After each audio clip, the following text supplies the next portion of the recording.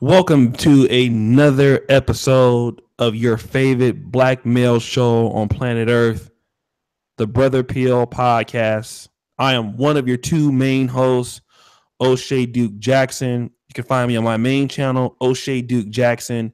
Follow my daily blog, which I have a collective of writers called the www.negromanosphere.com. And my co-host here are my other host, who's also on the Brother Pill podcast, the one, the only, the legendary, the great, the controversial, the most hated but yet the most loved, Steve, the motherfucking Dean Williams. What's The going master on, teacher. everybody? I thank. Oh, please, no flowers, no flowers. Thank you. No. What's going on, O'Shea? Thank you. Get up off your knees, boy. Come on. So Steve, where can these people find you at, man? Guys, if y'all want to find me, you can go to the manmindset.com. Themanmindset.com. All right, welcome, brothers. Go ahead and like the video as soon as you're on. We're going to have a hot show tonight. We're going to be on for a minute. I know Steve has to leave a little bit earlier, so we'll have to get somebody to come in and jump in his place. It's going to be hard to do because Steve's one of a kind. But, Steve, let's talk sports today, okay? Oh, let's talk it. All right, now I know that you're a Cowboys fan and you're into football, Madden player, things of this of the like. But what'd you say? Yeah, my joystick. It's great. Your joystick. Okay. But there is a lady, a black woman who is an American sports journalist. I believe she's also a host on ESPN. I'm not really so familiar with her, but I know she writes for the website. Is she also a does she just write, or is she like a video? Is she also on camera, Steve? No, she's on camera. She's on camera. Okay, because I know she does write for the show. Okay, so she's been on ESPN, most notably in 2013. I know she succeeded Jalen Roses in his role, and then and since like February, her and Michael Smith became the hosts of the Sports Center show. Everybody loves Sports Center. I know I love Sports Center too. So she's been with ESPN for over 10 years.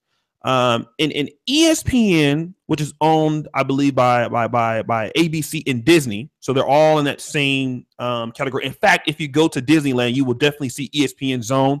Shout out to ESPN Zone. They have a really strict policy about, sports writers getting into other things outside of sports. It's very stratified. Anthony Brian Logan pointed out earlier, shout out to him. But you've had people like Stephen A. Smith who've been suspended for saying certain things out of the ordinary. Curt Schilling, the great pitcher.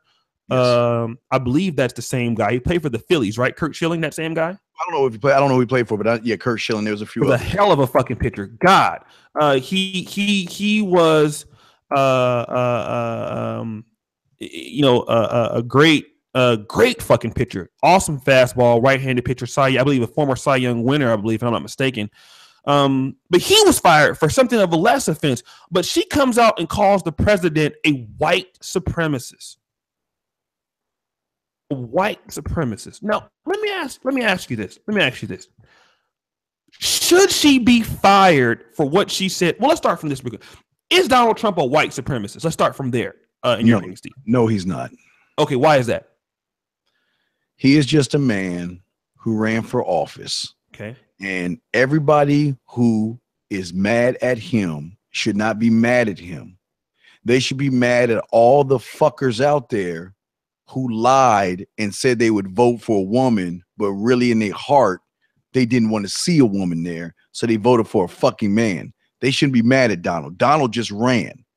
You didn't have to vote for him, okay, but they did.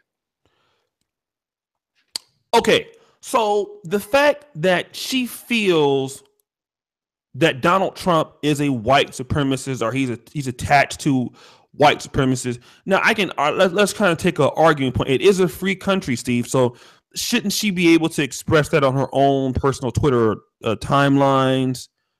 No. And let me tell you why. Because you're working for Mickey Mouse, okay? At the end of the day, you're working for Mickey. There is a certain way you have to behave, and there are things you cannot say and things you can say. Now, like you said before, you have and again, you have white. I'm gonna say you have white commentators, Curt Schilling, like you said. There's this lady named Linda Kahn, I think her name was. Britt McHenry. They've all been either fired or reprimanded by ESPN for criticizing Barack Obama or sharing politically incorrect memes. But then when you have someone like this who is angry, single, and has nothing better to do, when she sits here and lies and rants about the president, the ESPN wants to say it's inappropriate and she keeps her job. This is the double fucked up standard, because all Stephen A said was these women need to be more accountable in his beautiful thing that he said that got him suspended. But this woman is not only disrespecting ESPN, but she's disrespecting the president of the United States as well. Okay, so let's kind of talk about this. With Curt Schilling, he made, and once again, he posted a meme. I think how Curt Schilling feels is how many of us feel with regarding to transgenders, transsexuals. We won't really talk about it here on YouTube because we know how YouTube is to the left. So we'll leave it at that. We love the YouTube platform, although we are true conservatives. We are not for that particular, we're not in agreement of that particular lifestyle, nor do we want to live around it. But enough said. Curt Schilling didn't even say anything as he just posted a meme and was fired. To call Donald Trump, who is definitely a poor president, let me say that for right now. I'm gonna strictly say this. He is going to go down as the worst president this country has ever. He's going to even be worse than Barack Obama, which is hard to do. He is a complete terrible president. He's awful. He's awful. I got to say that again. He is awful. But yet, I will still vote for him instead of Hillary Clinton any day of the week. I know Bob, he's going to be the worst president ever. Fact. But still, his inability to run the country as we would like him to be as a supporter, that does not make him a white supremacist. See, that's different. I think that you need to state Donald Trump is not a white supremacist, and it's a slander. I think that there's no proof of him being tied to certain organizations and things of this nature. But what I can tell you is that I feel, Steve, and I'm going to say this: Jemele Hill is still working for ESPN because she is a black woman. Yes, and we do have the lines blowing up, but I do want to say this. Black Rain said something about Tom Joyner and all this other. See, this is where y'all don't understand. You don't understand the power of the might of Walt Disney. Mm-hmm. It's not about ESPN. It's about Walt Disney. Mm-hmm. Walt Disney is the head of the game, if you want, head of the table here. Right. And anybody who is affiliated under the Disney umbrella has to uphold a standard towards Mickey Mouse, meaning that they cannot act out in any kind of way that is going to be racist or disrespectful to the customer, the people watching. Now, like you said, you have a woman here, and this is part of the double standard, because she not only should be fired, they should tar and feather her ass as they kick her the fuck out of Disney. But they're only giving her a pat on the hand because, like you said, not only is she a woman, she's a black woman. And if they did fire her, then guess what? Oh man, Mickey is racist. They hate black people and all this other stuff. Oh yeah. When they would, if you know, her and fucking Michael Smith got Hugh Douglas fired because Hugh was gonna fuck Michael Smith ass up. But that's a whole nother story. But I'm just saying that she's got color and her sex on her side, and that's what's protecting her. And we do have calls, sir. Okay. And we'll also get to the fact at some point in the show, and Rob Parks is going to come on in a second. You know him. He's a sports writer also. There are a lot of black people who are celebrating this buffoonery. The fact that you have a sports writer who is on a brand like Disney, which is very family friendly, attacking the president publicly on your Twitter when you know that's against the company's rules and standards. And again, you have black people who feel like what she did, there's nothing wrong with it. We'll talk about that. But definitely, if Curt Schilling should be reprimanded, so should she. And this is, first of all, before we get to the call, Steve, I don't even think women like her should even be really women like Jemele Hill and other women like her. You ruin ESPN. I think that ESPN, which is a male-dominated sports network, it should be with men. And I think that the country's diversity of giving these bitches a fucking chance like this, it just ruins the experience for men to have their own piece and watch SportsCenter without women fucking being on it. Dude, has she ever even played a fucking sports in her fucking life? Seriously. What the fuck is going on here with women fucking up SportsCenter and ESPN for men? Seriously. Did you watch the football game Monday night? They had a woman broadcaster, and it was the most terrible.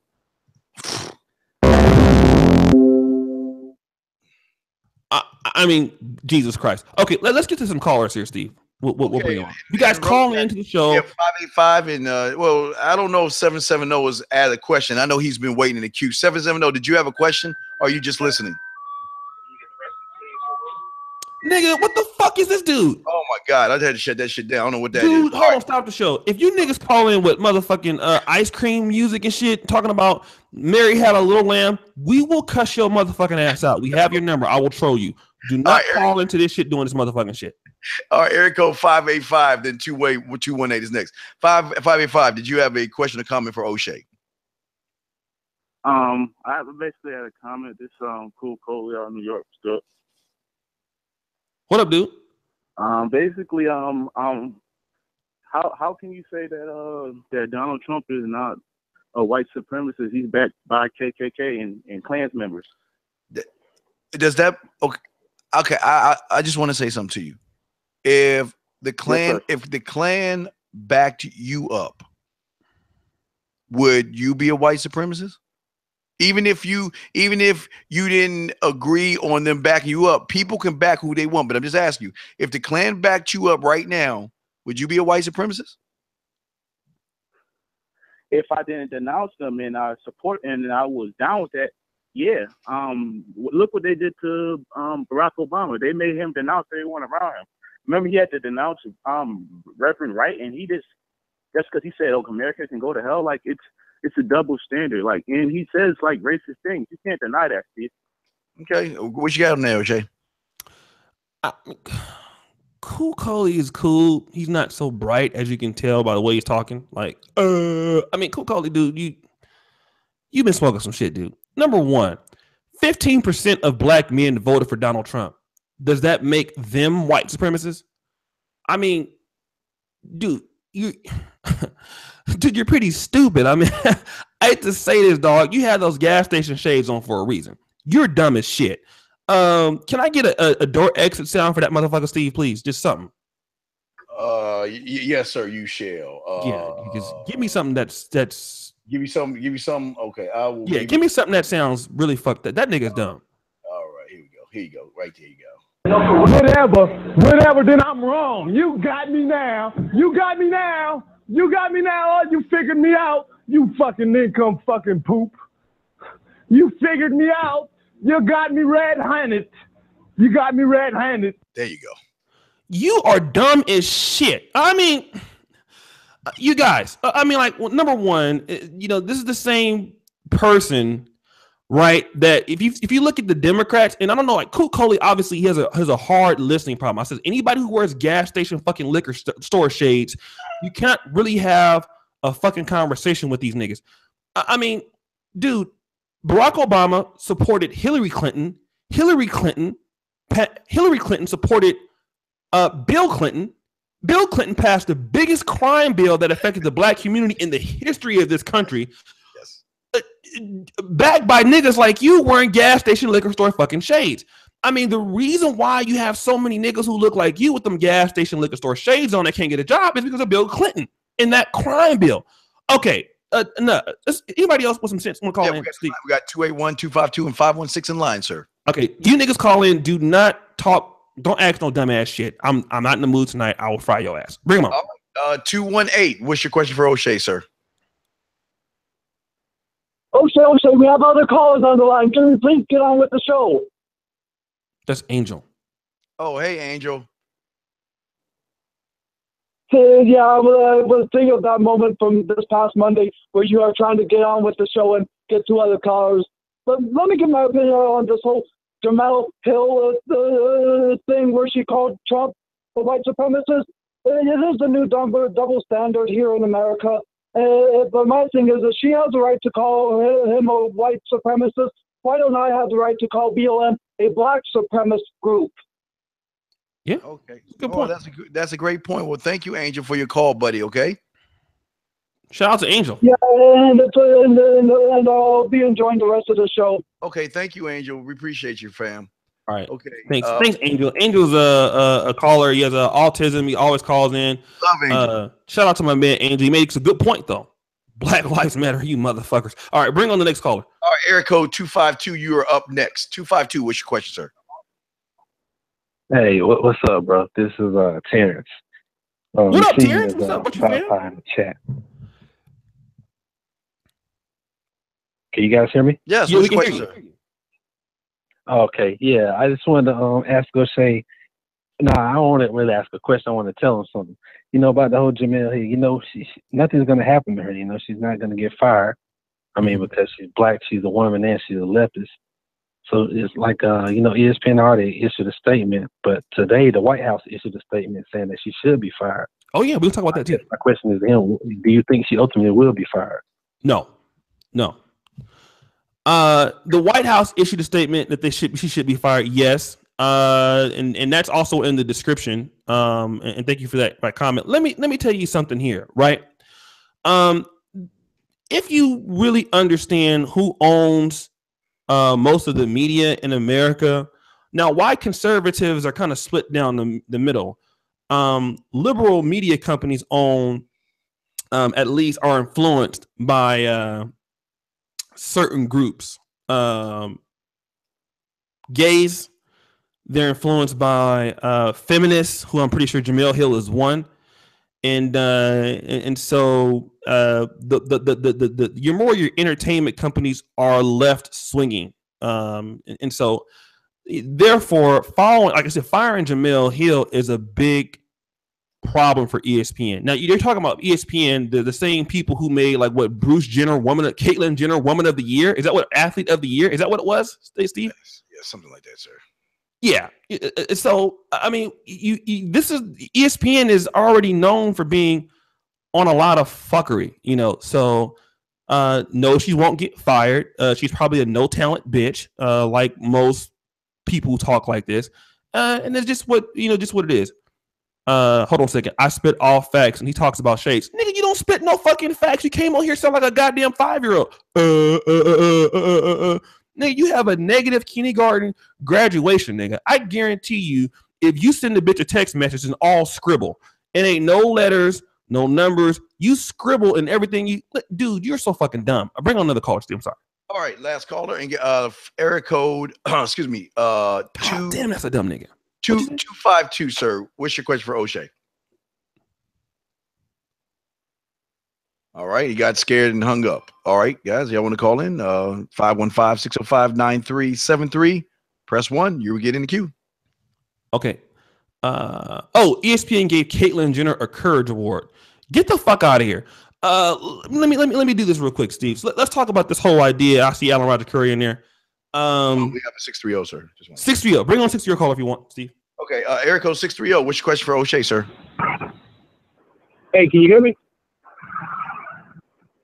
Yes, we can. Yes, we can. What's your question, sir? Yeah, Steve, can you hear me, Steve? We all can hear you. What's your question? Okay, no, I just wanted to make a comment. My apologies, it's a little bit delayed on the phone. But I just wanted to make a comment about what Jemele Hill said about the the president. Now I'm an African American. I live in the Chicago area. I voted for Donald Trump because I'm tired of the bullshit. Preach. It kills me that people nowadays can make accusations on people and have no evidence. Like, if I'm gonna call somebody gay and really say it, I'm gonna know that their ass is gay. I'm gonna have some proof, or I'm gonna be able to say why I know you're gay. She called this man a white supremacist like the rest of these fucking idiots do. Excuse my language.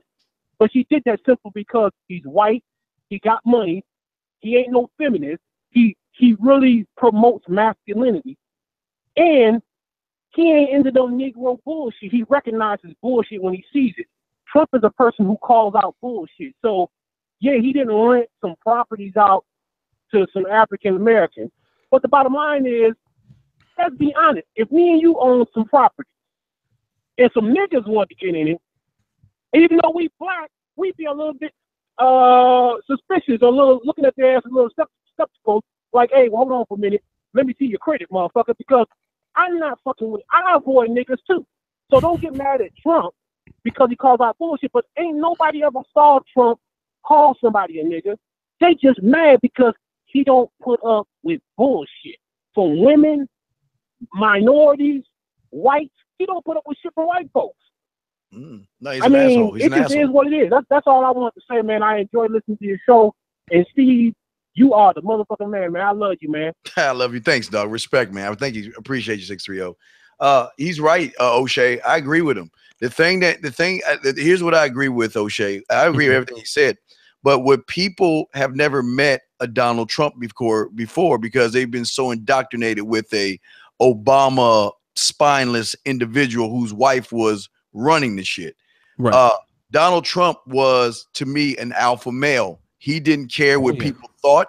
He said what was on his mind, and he didn't give a fuck what people thought. And that's what I felt rubbed people the wrong way, because they're so used to apologizing. Obama, I'm sorry, well, I am sorry. My wife is going to make me sleep on the couch and everything, so I got to make sure that I got to kiss her ass. That kind of bullshit, man. Yeah. Oh, that's definitely true. Donald Trump definitely, still, as bad as Donald Trump is as a president, I would still vote for him again. I would do anything in my possible power to keep Hillary Clinton out of the White House. As bad as a president as he is, and as terrible as an administrator as he is as president and his staff, I would definitely do the same thing again. Trump definitely did it his way. In fact, I believe he played that song when he won the White House. That was one thing. But Steve, let me talk to this. I'm gonna send a link to Curry here in just a moment. But Steve, we got to talk about this whole black female privilege thing. Yes. And I think that if brothers are not aware of this now, you need to be aware, because there's been a lot of fuckery going on, Steve, not just with black women, but now I don't know if you heard the news about Spelman College. Have you heard of Spelman, Steve? Yes, I heard about this. Yes. What did you hear? About the transsexual? Yeah, now Spelman is now admitting transgender women starting in 2018. So not only do black men have to compete with black women, you will now have to be competing with other men who think that they are women in the future. So let's get a load of that shit, right? Yes. Now you also have to understand, brothers, that in these companies like Disney, they're going to prefer, even if you have the talent or less talent or more talent than Jemele Hill, it's obvious that I could probably name 3 or 4 black broadcasters that could be more talented than her. These black women are going to infiltrate and continue to infiltrate in things that you own. Typically you're going to see, I think, more women in sports. I would not, be shocked in the next 10 years if we see our first female NFL head coach. Okay. Our first NBA basketball head coach. You guys understand, man, that the preference is being shifted to women for a reason. Oh yeah, it's a great grand plan.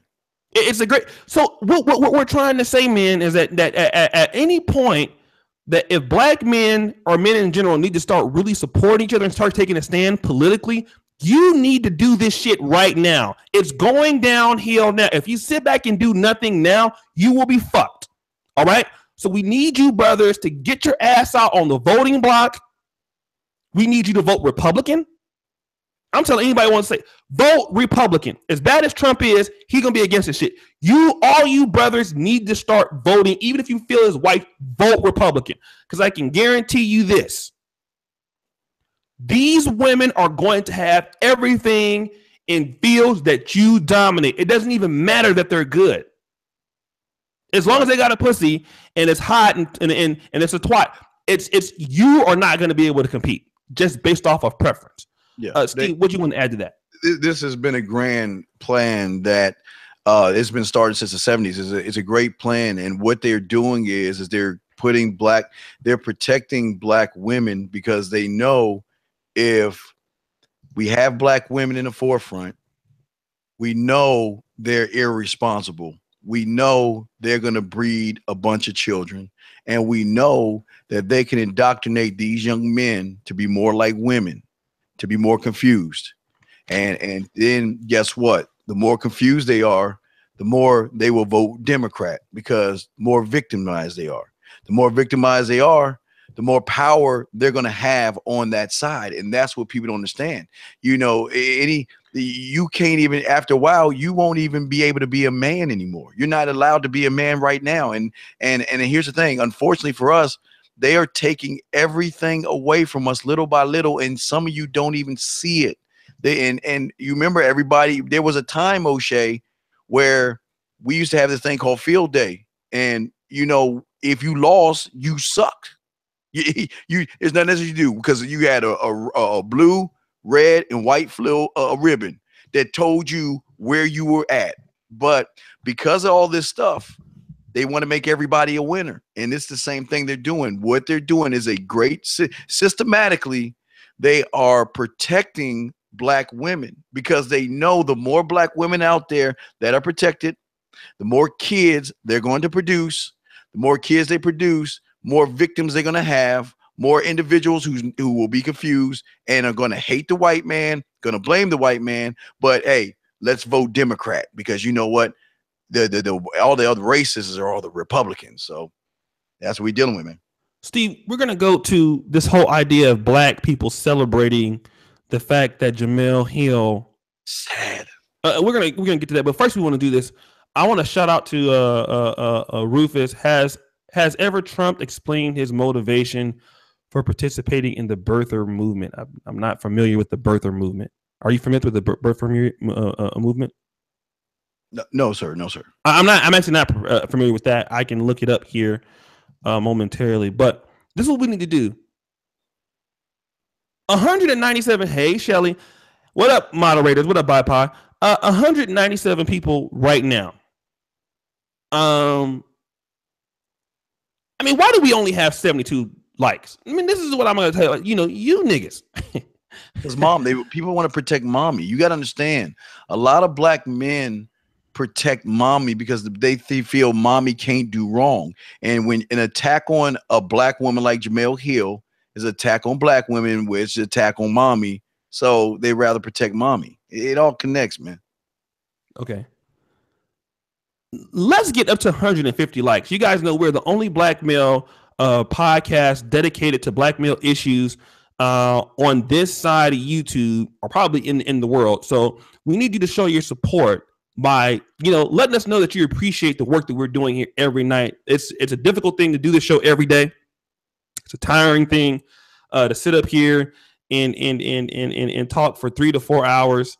What up, Style is Life? So you guys continue with the likes up. Get the likes up in the videos here. Let us know you appreciate what we're doing over here for the brothers. Okay, and not only like the video, if you can spare some change, hit that super chat button. We're going to be on all night long. All right, we got 192 people watching. Keep the likes coming up on the video. Also, if you have not received the free copy of the ebook, How to Stop Simping in 24 Hours, please drop your email in the chat. All right, so we need you guys to do that. But Steve, let's kind of go to this whole version of the black reaction. Yes. Because we all know that there's this thing called Black Twitter. You heard of it before, right? Yes, unfortunately, yes. Black Twitter is one of the most exciting paradigms in Negro social media. That's where all the fuckery starts. Really individual Negro fuckery starts on Facebook, but Black Twitter, it's like a chain of complete fuckery. And on Black Twitter, what we're seeing right now are a lot of people really excited that Jemele Hill gets to keep her job, as if that's a benefit to the black race. Let's talk about these uneducated Negroes and how stupid they are for celebrating something that doesn't help them. Well, it shows their education and how they were raised. Because just because you don't like your president and all this other stuff, there's no need to be disrespectful to the president when he has done nothing to you. And that's the problem with a lot of black individuals. They want to make everything that happens to somebody else, they want to take on that story and make it their own. She said something bad about the president, and anybody who had a fucking common sense would denounce that stuff. I don't care if he was blue or red. You're not supposed to talk about someone like that who's the president. He is our president. You know what? He won fair and square, whether you like him or not. Respect that man. But for these individuals, it shows you why it is whites and other races don't want to fuck with us, because they look at us as, again, I'm not trying to be rude or being, but we cannot be 1,000. They look at the majority of us, not all of us, but like animals, because it's animalistic behavior that they're doing over there, man. Let me talk about blacks who celebrate,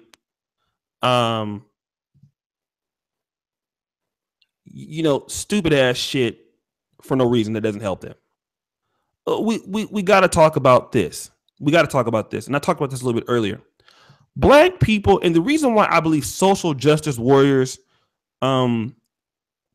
prey on blacks so much, because, well, let me just say this: most liberals are most black liberals are stupid. I'm going to say that most black liberals don't have a clue, and social justice warriors who are at least aware of how emotional blacks on the left are understand that in order to deal with black people, all you need to do is get small emotional victories. For example, black people should be concerned with, well, Jemele Hill works for Disney and didn't get fired. But why don't we have a Disney? Why don't we have a CNN? I mean, this is where progressive blacks are thinking. But liberals on the left, they're thinking, oh, she got to keep her job. That's gonna show that racist Donald Trump something. Now, let's stop the show real quick. You're talking shit about a man who, number one, does not give a fuck about you. Let's stop that for a minute. People have been hating Donald Trump and calling him fucking names for many years. You saying that he's a white supremacist or he's a dick or he's an asshole, that doesn't bother him. Jemele Hill getting fired or not getting fired, that doesn't benefit you as black people. So the thing that Democratic liberal blacks are so stupid and don't understand is you feel that this is a small victory for you, but yet your kids are the dumbest.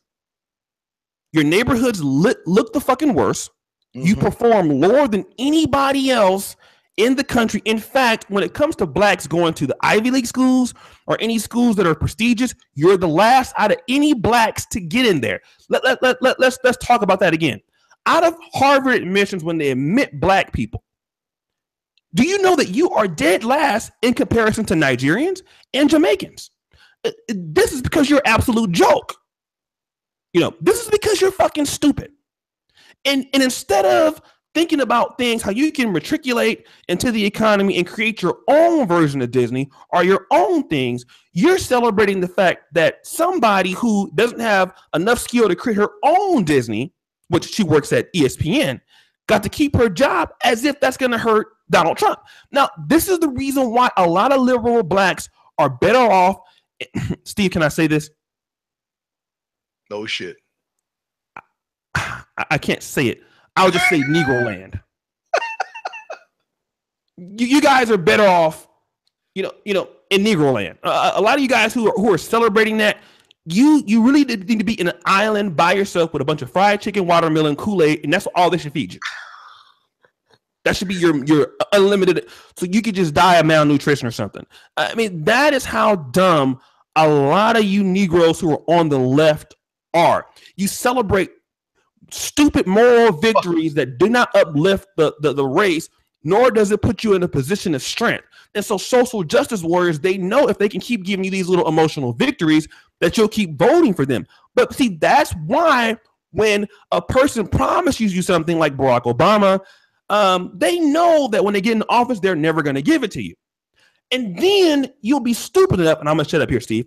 When Donald Trump gets in the White House, even though you didn't vote for him, then what you say is, what are you going to do for me? Even though you didn't vote for him. I mean, this is how dumb you are. This is black people. This is where we're at.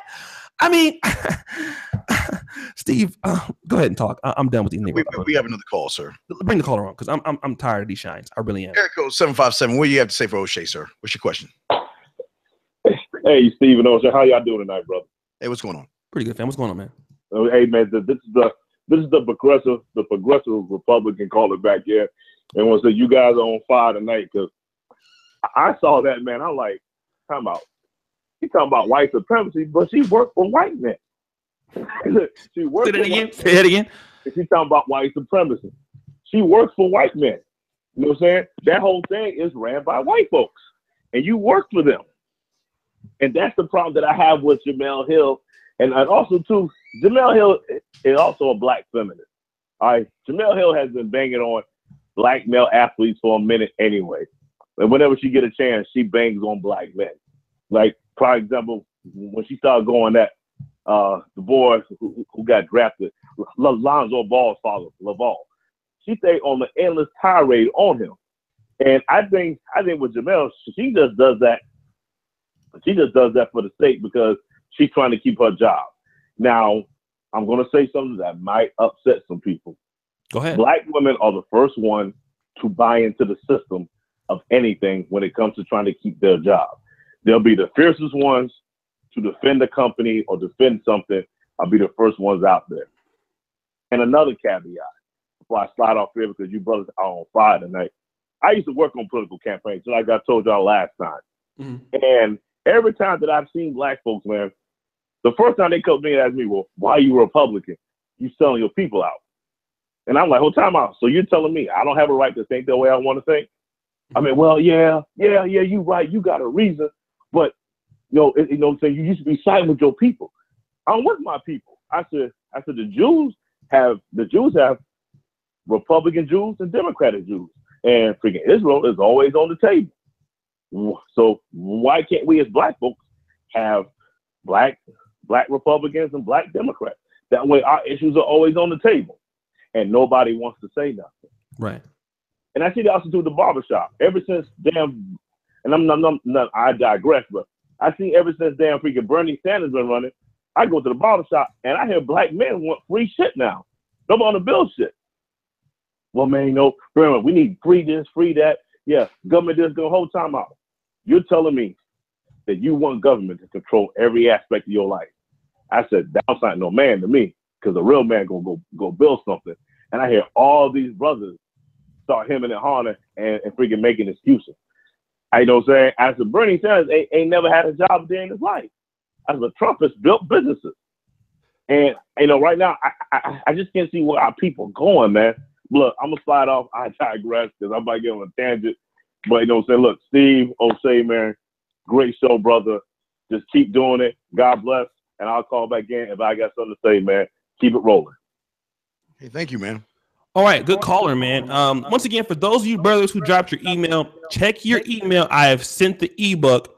And also for those of you, this brother Solomon Gaitan, Sin474, the Gmail one, check your email and hit confirm. Join the Negro Manosphere ebook list. Shelly got your email. Thank you. Chris Mad, thank you for your donation of $5. Could the victory be that they are happy because Obama received so much disrespect with impunity payback? No. Negroes have been like this all the time since. I mean, anytime a black person can get away with something, even if they're in the wrong, black people defend them. How do we know? Black people defend fucking criminals every day in the black community, and they get happy when they get off. We got to talk, black people defend all the fuckery of even, we'll know that Negroes is doing. As long as a black person get away with murder or some shit like that, we'll defend it, even if it's against our own. Now, I understand why that may happen, but, as much as we can do that, we will. Let me do this. Shout out to my man, Nook. The show is still on. We got to talk about equality, Steve. Okay, real quick. Can I say something about Chris Matt? Sure. Real quick. You talk about Obama received so much disrespect, but who did he receive the most disrespect from? His own wife. You don't remember how his wife dogged him out at that stadium when he was sitting next to that white woman laughing? Then all of a sudden, because she wasn't involved and she got all mad, made that motherfucker get up out of his seat and move over so she can sit between him. And you talking about disrespect? How can you respect someone who allows this woman to treat him like a bitch, man? Come on. I'm sorry, O'Shea. Okay. No problem. Hold on. Rufus, shout out again for another donation. Shout out, Rufus, drop your email, man. I'll send it to you right now. And all you brothers, man, thank you for the love you've given us. My man, Steve, why do you, help me, Shannon. Okay, she has this might get ugly. All right, we got to stop the show for the super chat. We got to stop the show for a second. Stop the show and then we'll do this. She says, Steve, why do you blame everything on single black mothers? Do you blame them for global warming and hot beer too? Okay, we'll stop the show. Okay, we got to stop the show. All right. This has nothing to do with global warming. It's about you turning on your TV and seeing the ignorance that is spawned from single mothers. You see, whoever said this, I guess you're a woman, so let me explain something. You see, as a single black woman, you are responsible for all of this. Why? Because why I'm going to blame you? Because you made the choice to show your fucking ass on the internet to draw some guy who wanted to fuck you. You allowed some guy to start talking in your ear and telling you how special you were. You decided to start sending some nude photos and whatever you wanted to do. You decided to open up your legs and allow him inside of you raw. You decided to and made the choice once he said, I don't want the kid, I was just fucking you. You decided that, you know what, I can be mommy and daddy to that fucking bastard kid. Then you all of a sudden, then when that kid starts acting out in school, crime, all these things that accumulate with fatherless kids, why not blame you? Because if you would have fucking closed your legs and read a fucking book and stop fucking Pookie and Ray Ray just because you're unwanted, because the majority of black women are the bottom of the pole when it comes to being wanted. I didn't say that the guys didn't want to fuck you. I said marry you. And the thing is, I know you need someone to love you. So you keep these little bastard kids, these little motherfuckers that's gonna run around and rob us. So how can I not get mad every time I turn on the TV in Chicago, I see a young little black girl who is innocent getting shot and killed because you single mothers can't control your fucking sons and your goddamn libido. I'm sorry, O'Shea.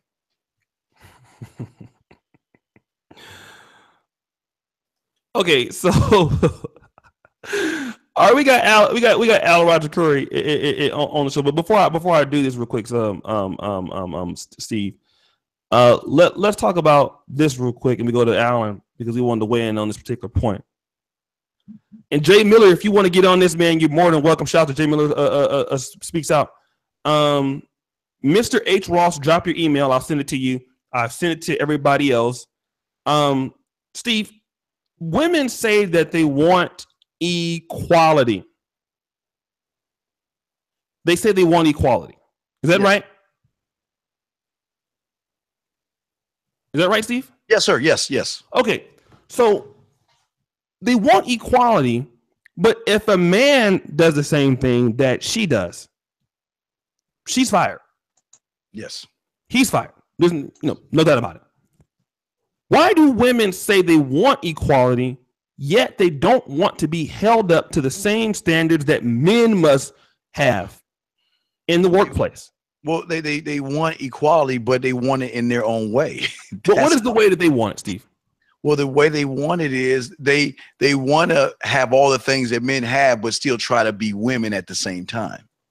They want to be a part of everything. See, women always, because they're attention whores, they always want to be a part of every fucking thing. Men can't have shit anymore without a woman wanting to be around there or wanting to be a part of it. And that's a problem. And the problem is that they have, again, they've got everything on their side, but what happens when you want to put a woman in the presidency? So y'all, hey guys, y'all really want a woman that wants to cry because Obama talks shit about her? A woman whose husband has done things to black men? Yeah. But these motherfuckers, how can you as a man vote for a woman to be leader in chief when she is built on nothing but emotions and not logic? But I'm sorry, I didn't mean to go on my tangent. But they want to be equal, but in their own way. To answer your question, sir, I'm sorry. Okay. Let me let Alan Roger Curry weigh in on it. And Rob Parks is supposed to join in. A sports writer. He's written several columns on the NegroManosphere.com. He writes for a big site now, even bigger than he did before. And so I'm pretty sure he has some insight to this. But Alan, you wanted to weigh in on a few things. Welcome back to the show. You should have been here last night with the MGTOW situation we had. That would have been y'all didn't let me know, man. That's fucked up. He said we're gonna have a part 2, Alan. We're gonna do a part 2. I was gonna do the white flight show. So you guys, we're gonna talk about white flight. Why white folks run from Negroes. We're gonna talk about that. If not tomorrow, we might do the dating versus MGTOW tomorrow or white flight.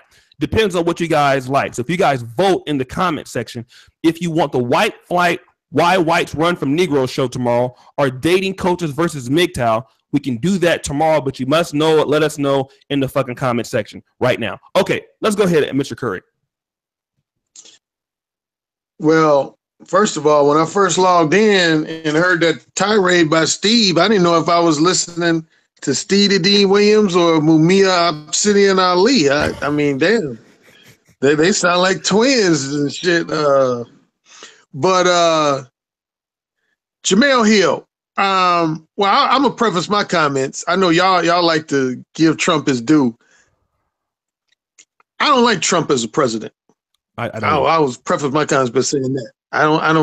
Now, when he was the host of The Apprentice, I used to watch that motherfucker. I love Celebrity Apprentice. Mm-hmm. So when he was just like a regular reality TV star, I didn't have no issue with Donald Trump. So as a person, I don't think I have an issue with him. As a president, I think the motherfucker is intellectually incompetent, but that's another story. Jemele Hill, technically, see, she has ESPN in a pickle because from what I know, technically, when it comes to your own private Twitter page, you can technically say what the fuck you want to say. Mm-hmm. But that said, when you make statements, and see, nowadays, I don't know if this applies to social media. I want to say it doesn't. But in like, if you say certain things in, like, say, a established newspaper magazine, you put yourself at a risk of defamation of character. Mm-hmm. When you say something like calling a president of the United States a white supremacist, if you can't back that up with hardcore evidence. Wait, I'm sorry. I got to do a segue real quick. Somebody in the chat room said Obama was less intelligent. Man, get the fuck out of here. Are you serious? Man, y'all can say a lot of shit about Obama, but that motherfucker was not a dumb motherfucker. No. His intelligence would wrap circles around Donald Trump. Yeah, I agree. Please. Yeah, you can't, like, if she was just going on Twitter and said, hey, Donald Trump, I don't like him. He's an asshole. He's a knucklehead. Nobody really cares about that shit.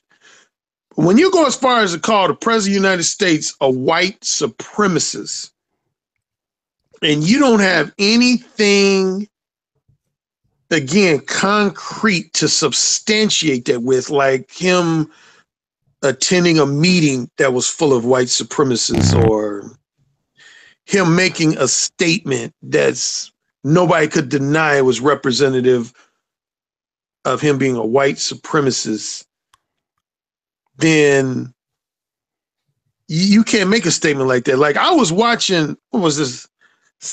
I don't think it was on network television. They were interviewing these members of the Ku Klux Klan after Charlottesville. Now, these guys were straight up on TV like these Billy Bob types. They was like the woman interviewing this white couple. She was Hispanic, but she was Black Hispanic. And the dude was like, well, I didn't know a nigger was going to be interviewing me. They told me I was going to be Hispanic. She said, I am Hispanic. He's like, but you're a nigger. I don't want no, a nigger has never been on my property. I've never had a nigger on my property. That's that Billy Bob country hick type motherfucker. That's a white supremacist type motherfucker. I mean, I ain't never heard Donald Trump say nothing close to that. I've never read an interview or a news report where he blatantly called a black person a nigger. I don't think, truthfully, from me observing Trump over the years, I'm sure he has his certain degree of racial prejudice, like a lot of people do, black and white and Asian and Hispanic. I don't think he's just a flat out racist. I think Donald Trump is a money hungry attention whore. He's all about that green paper.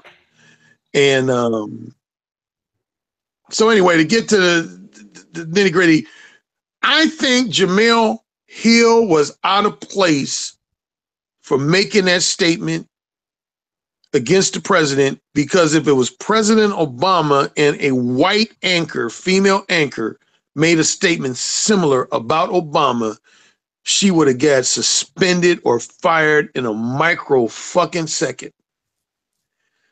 Like Stephen A. Smith, he made a comment that I didn't even think that was that provocative or controversial when he said, when he was addressing the Ray Rice issue, he said, he prefaced his comments by saying, I don't believe a man should lay hands on a woman. But I know from having sisters and being around black women, sometimes they will provoke you to want to hit them. And some woman at ESPN complained. Next thing you know, that motherfucker was suspended for like a month. And I was like, that's some bullshit. Wait a minute, who? Rex Productions, finally Alan Curry with some fucking, I thought you were saying this is the first thing I said that made sense. I get what you're saying now. Yeah, Stephen A. Smith, that was wrong what they did to him. So if they gonna suspend Stephen A. Smith for a month for that comment he made when he prefaced his comment by saying no man should lay hands on a woman, and they let Jemele Hill get away with this shit with just a slap on her. But see, I know the pickle they're in. ESPN, if they fire her, now I don't know if your listeners know, but ESPN recently let go like 100+ employees because their viewership dropped. And one of the reasons why their viewership dropped is because a lot of conservatives said ESPN had become too political and too liberal.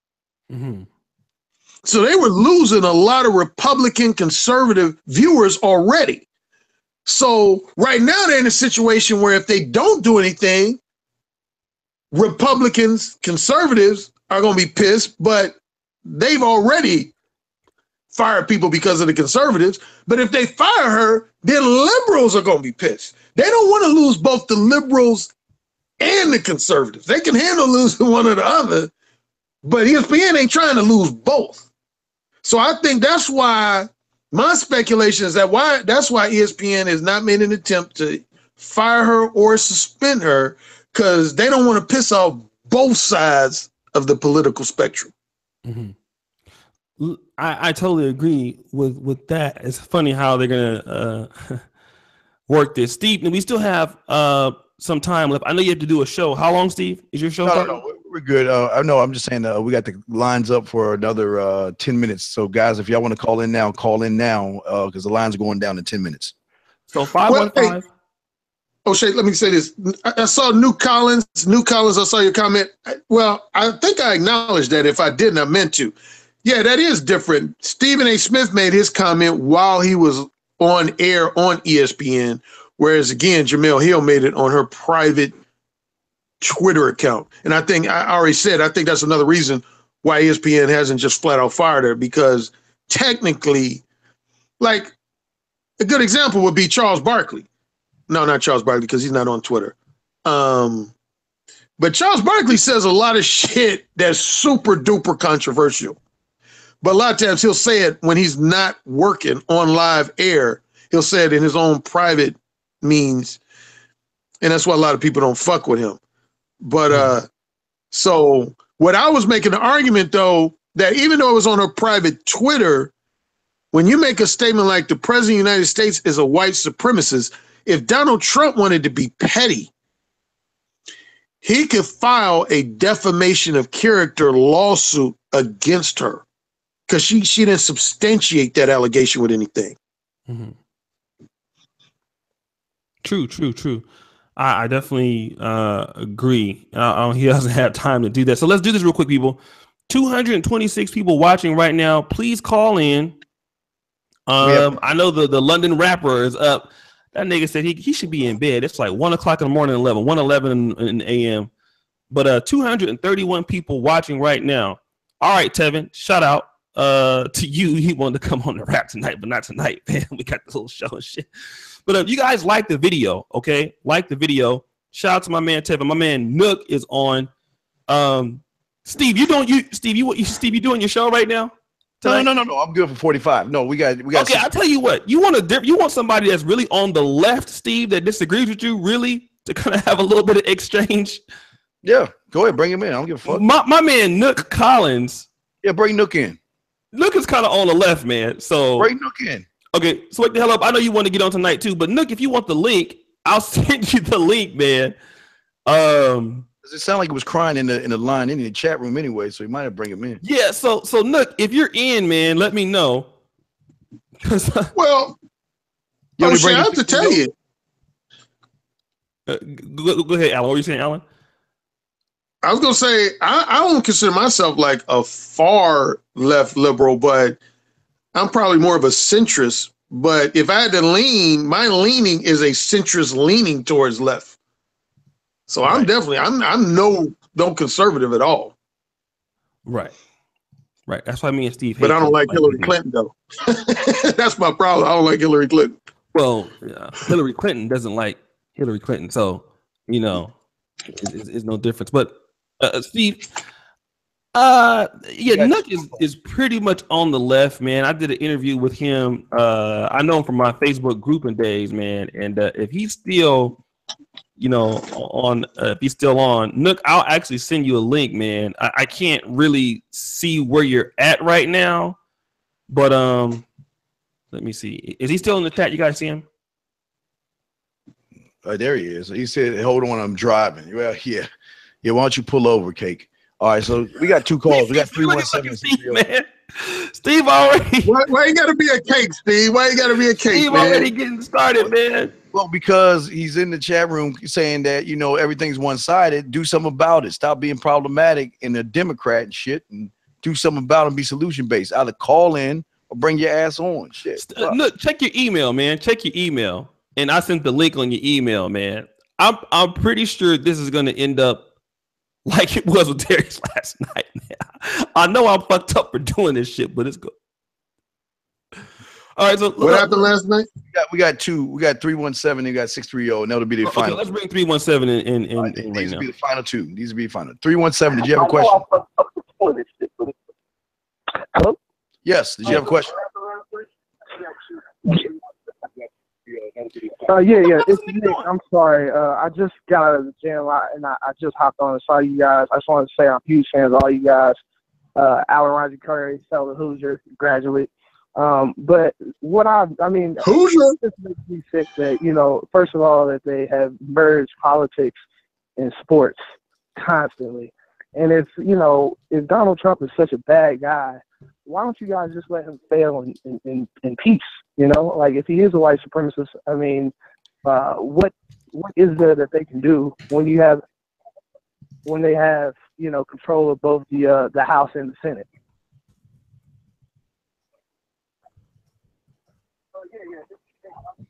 I'm sorry. All right, we'll answer the question, and then he hung up. So do you want to go to bring 630 real quick in? Yeah, bring 630 caller. All right, 630. Your last caller. Which question, sir? Yeah, I just wanted to make a comment on what Alan had said about, and I want to get you and O'Shea and Alan, or you and O'Shea's opinion on this. So Alan had made a point about Obama being so intelligent and Trump being a straight idiot. So what I want to throw out there is this. As a president, yeah, you want a guy to be smart. And I would agree that, yeah, Obama on paper probably is more intelligent, but how intelligent can he possibly be? This is a guy who sat in the White House for 8 years, and I can't think of two things. I really can't think of one, but I'm pretty sure I'm wrong. But I can't think of two things this guy did to help middle-class African-American men to improve our lives. I can't think of two things that this intelligent brother did. Maybe Alan can come up with something that really is impactful, that really helps that average cat. However, you got Trump in there, who's every day he's doing something to piss people off, but the shit that he's doing is really to help. I mean, I don't care about the illegal alien. I'm not a racist, but I can't be worried about illegal aliens. Now, Obama couldn't get that right in 8 years, but Trump is getting it right in 1 day. So who's really intelligent? I just think that intelligence of the president overrated. At the end of the day, you need somebody who's going to push the button and make goddamn decisions and get shit done. I don't give a damn how smart you are. Sometimes you just got to surround yourself with people who are intelligent, who can help you get things done. But at the end of the day, to know right from wrong and what's in your best interest of your own people and your own country, this guy looks hella far more and more intelligent than Obama when it comes to making damn decisions. And Obama, like I said, on paper is smarter, but I would like to get you guys' opinion, or maybe you'll do a show, O'Shea, and say, is being super intelligent over fucking rated? Because when was the last time one of these intelligent presidents did some shit? It's a good point. We'll close his lines on that. All right, thank you. Let's let Alan or Steve. Can you think of something that he did? He helped Chicago become worse. Isn't that his hometown? Didn't do one fucking thing for his hometown. Did not go in there with fucking whips and chains to get these motherfuckers rounded up so they can bring all them motherfuckers to slave land. He didn't even do that shit. He let all that shit go on. Oh man, Alan, what did Barack Obama do for black men? For black men, I mean, I don't know if he was in a position to do things specifically for black men. Obviously, Obamacare was his most notable. That's pretty good. Thing he did. You know, I can say as a self-employed person that Obamacare helped me out. And I consider myself a middle-class brother. So, what was that comment, Steve? Shit, he helped you out. Shit, he fucking destroyed my family. All them taxes, huh? Fuck yeah. I had to, just alone by myself, I had to pay $25,000 in taxes because of your president. My stock in oil went down because you're president. Because he wouldn't want the Keystone pipeline go through. And I'm sorry. Anyway, I'm sorry, I didn't mean to interrupt you. Go ahead, man. I mean, you know, he passed the stimulus bill. He passed Wall Street reform. I mean, now, if you're talking about specifically for brothers, now I can't think of anything that jumps off on the top of my head specifically that he did for brothers. I know he tried to do one thing. I forget what that was. I think it's the My Brother. It was similar to the program I used to work with when last time I had a 9-to-5 job. But then sisters kind of neutralized that shit. So no, I can't answer that. I can't answer what he did specifically for middle-class brothers. But then again, I would like to know what Trump has done so far specifically for middle-class brothers. This is a motherfucker who half of his own allies have abandoned him, resigned from their positions. You never saw that in Obama's presidency. Matter of fact, Steve Bannon, if you watched him on 60 Minutes, man, I mean, he was even criticizing Trump. Because here's the deal with Trump, man. Trump got elected. A lot of right-wing motherfuckers who truthfully, bluntly hate niggas feel like he was going to be their guy. And then once he got in office, he kind of backpedaled. He basically like, hey, you Billy Bob types, I ain't really on your side like that. And now Billy Bob types are turning against Trump. They're like, motherfucker, the reason we elected you, like David Duke said that in Charlottesville. He was like, the reason why we elected Trump is because we wanted him to look out for the middle-class white man. And he's not doing that. So white people are pissed. So Trump, man, he you know, I would say that neither one was perfect. Obama was by no means a perfect president. So let me get that straight. I'm not saying he was at all perfect, but for anybody to suggest he was a fucked up president, I say prove it. Here's what I want to say. And like I said, if there's anybody in the comments talking negative about anybody on the panel, calling names, I'm just gonna kick your ass out. You guys can say what you need to say without there being any negative phrases. So I know it's not getting out of hand right now, but I'm just warning you. You fucking with the right one today. I've been roasting niggas all week. So don't let it be you. Okay, you can get fucked up in here too. Trust me. This is the right day and the right time. All right. So before I start, let's get the likes up. 162 right now. It's 255 watching. It's unacceptable. You know, this is a great show, great panelists. We're doing the show for you Negroes. The most you can do is like the goddamn video. The shit is free. Okay, Jesus paid it all on the cross, nigga. So like the goddamn video. Like the fucking video. You guys can like the damn video. Let us know that you appreciate us by liking this fucking video. Here's what I want to say, Alan. You may disagree with me, but when you say, I'm gonna engage you here real quick. I'm not gonna try to put the brakes on you too much, but this is real quick. Barack Obama, if I can remember, it was 2008. It was an insurgence of black people that were voting that never even voted before. I can remember that in Sacramento. So I know we're in Gary, Indiana, and Chicago, and places like that, where you have a lot of blacks who have never voted or interested in voted, went out and voted. The same thing happened in 2008 and 2012. So Donald Trump, on the other hand, blacks, I mean, Donald Trump and Hillary Clinton, I think the voter turnout was low overall as a general election, more so than it's ever been. But when blacks went out to vote for Obama, they were voting for him because they were looking for particular things. I think, however, the failure with Negro men, as it always is with Negroes in elections, the reason why presidents don't do anything for black men is because, number one, you niggas don't put any money in any campaign. That's the number one thing you guys don't do. Black men, not only are you niggas cheap with yourself, you're cheap with things that help you. So you may come to the polls, but you don't put no money where your mouth is. So you don't make people miss your $500 to $600 billion spending power, right? And so then when you get mad that the gays come in and get everything that they want from the president, Obama, because Obama, just because he's black, he's not African American, his wife is, he don't owe you shit.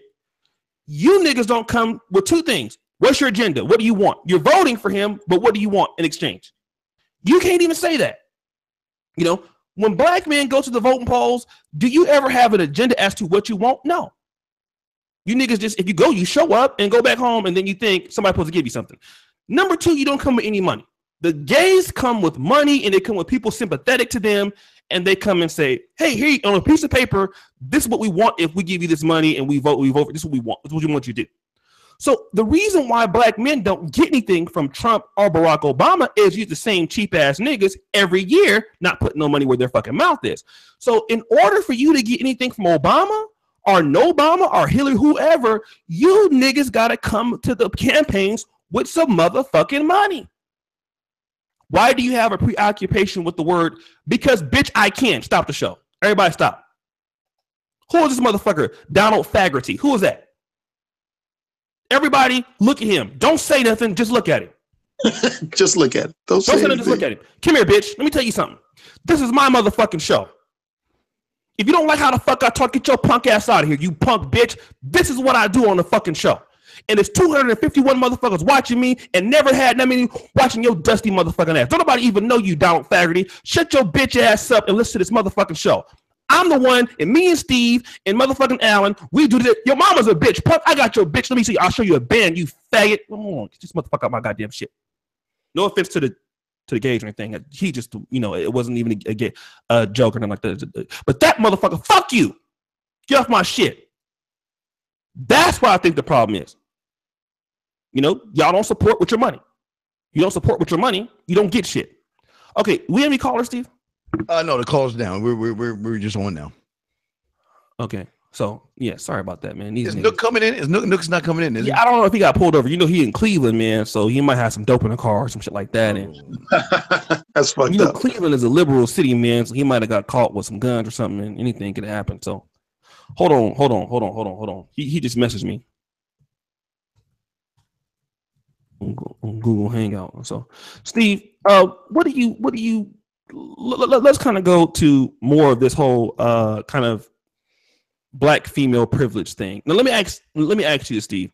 How long have you been seeing black female privilege?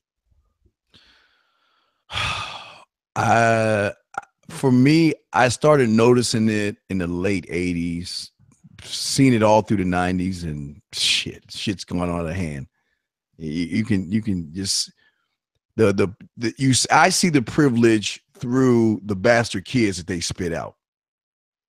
The power that they have to create these crumb snatching nigglets that's gonna rob us in like 9 or 10 years.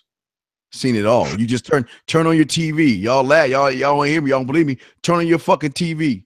Every time you watch the news, you follow one of those motherfuckers home, and I guarantee you it's going to be some single mother on there talking about my baby and do nothing. My baby, he never did nothing, nobody. Wait, let me drop him off at the arm while I go back to the club.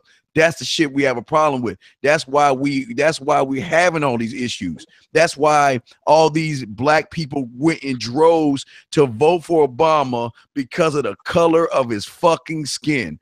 Don't know nair policy, but just because he was black, guys, he's biracial, but just because his skin color was dark enough, you got off your lazy ass and voted for the first time in your whole fucking life. And that is a fucking shame because of a skin color, man.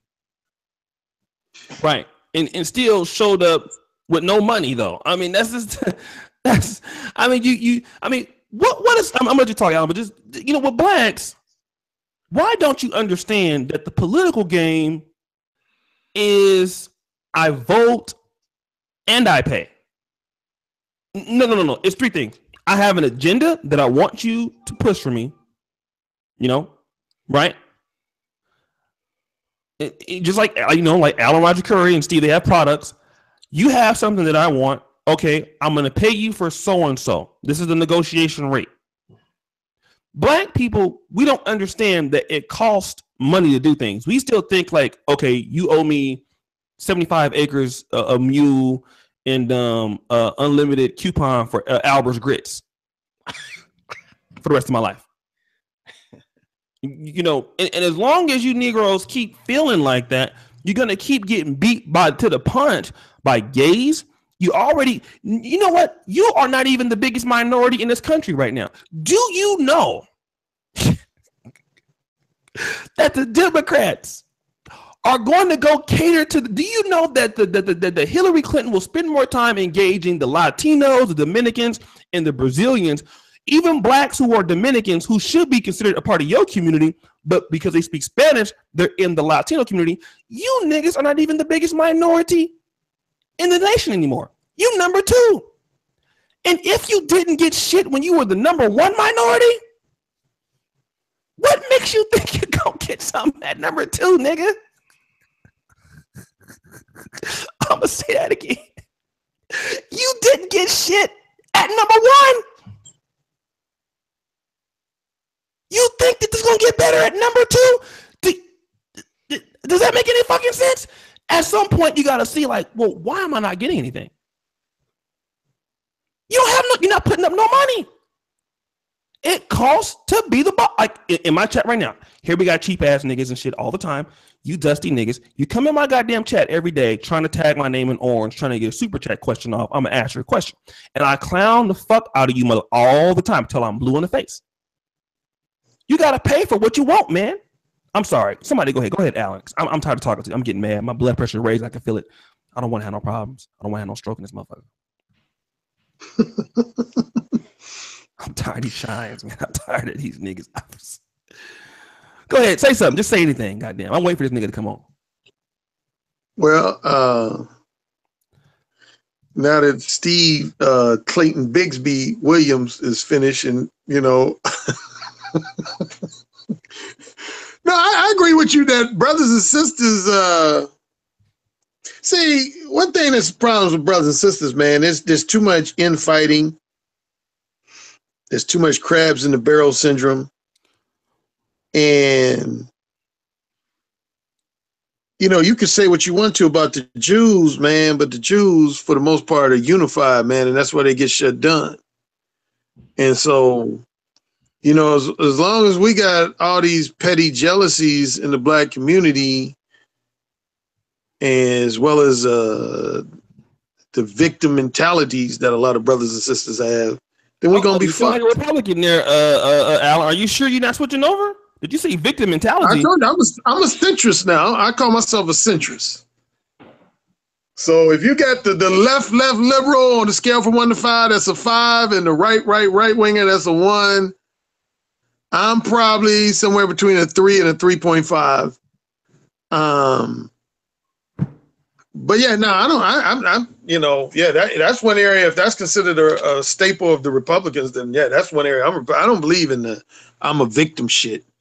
I believe you fuck. Now, here's where I'm a Democrat, where I go against a lot of Republicans. I do believe in sharing the wealth. I believe that wealthy people should share wealth for programs, government programs. I don't believe in, hey, I made my money and I'm going to keep all my shit. No, I don't believe in that. I don't believe in that. But Alan, I believe that what? But I don't understand, Alan. So tell me what you're saying is, because you are your own businessman. So where are you? You feel that people should come knocking at your door saying, Alan, look, hey, Alan, I've been sitting on my ass all day long playing my PlayStation, but dog, you got to share some of your wealth with me, man. I know you work hard and bust your ass, Alan, but give me up to 40% of what you earning, dog. What, you gonna write him a check? I believe in programs that help increase the productivity of this country. I ain't talking about no fucking charity for lazy motherfuckers. Let me make that clear. Hell no. I'd say, man, motherfucker, get out my damn crib, you Madden playing lazy motherfucker.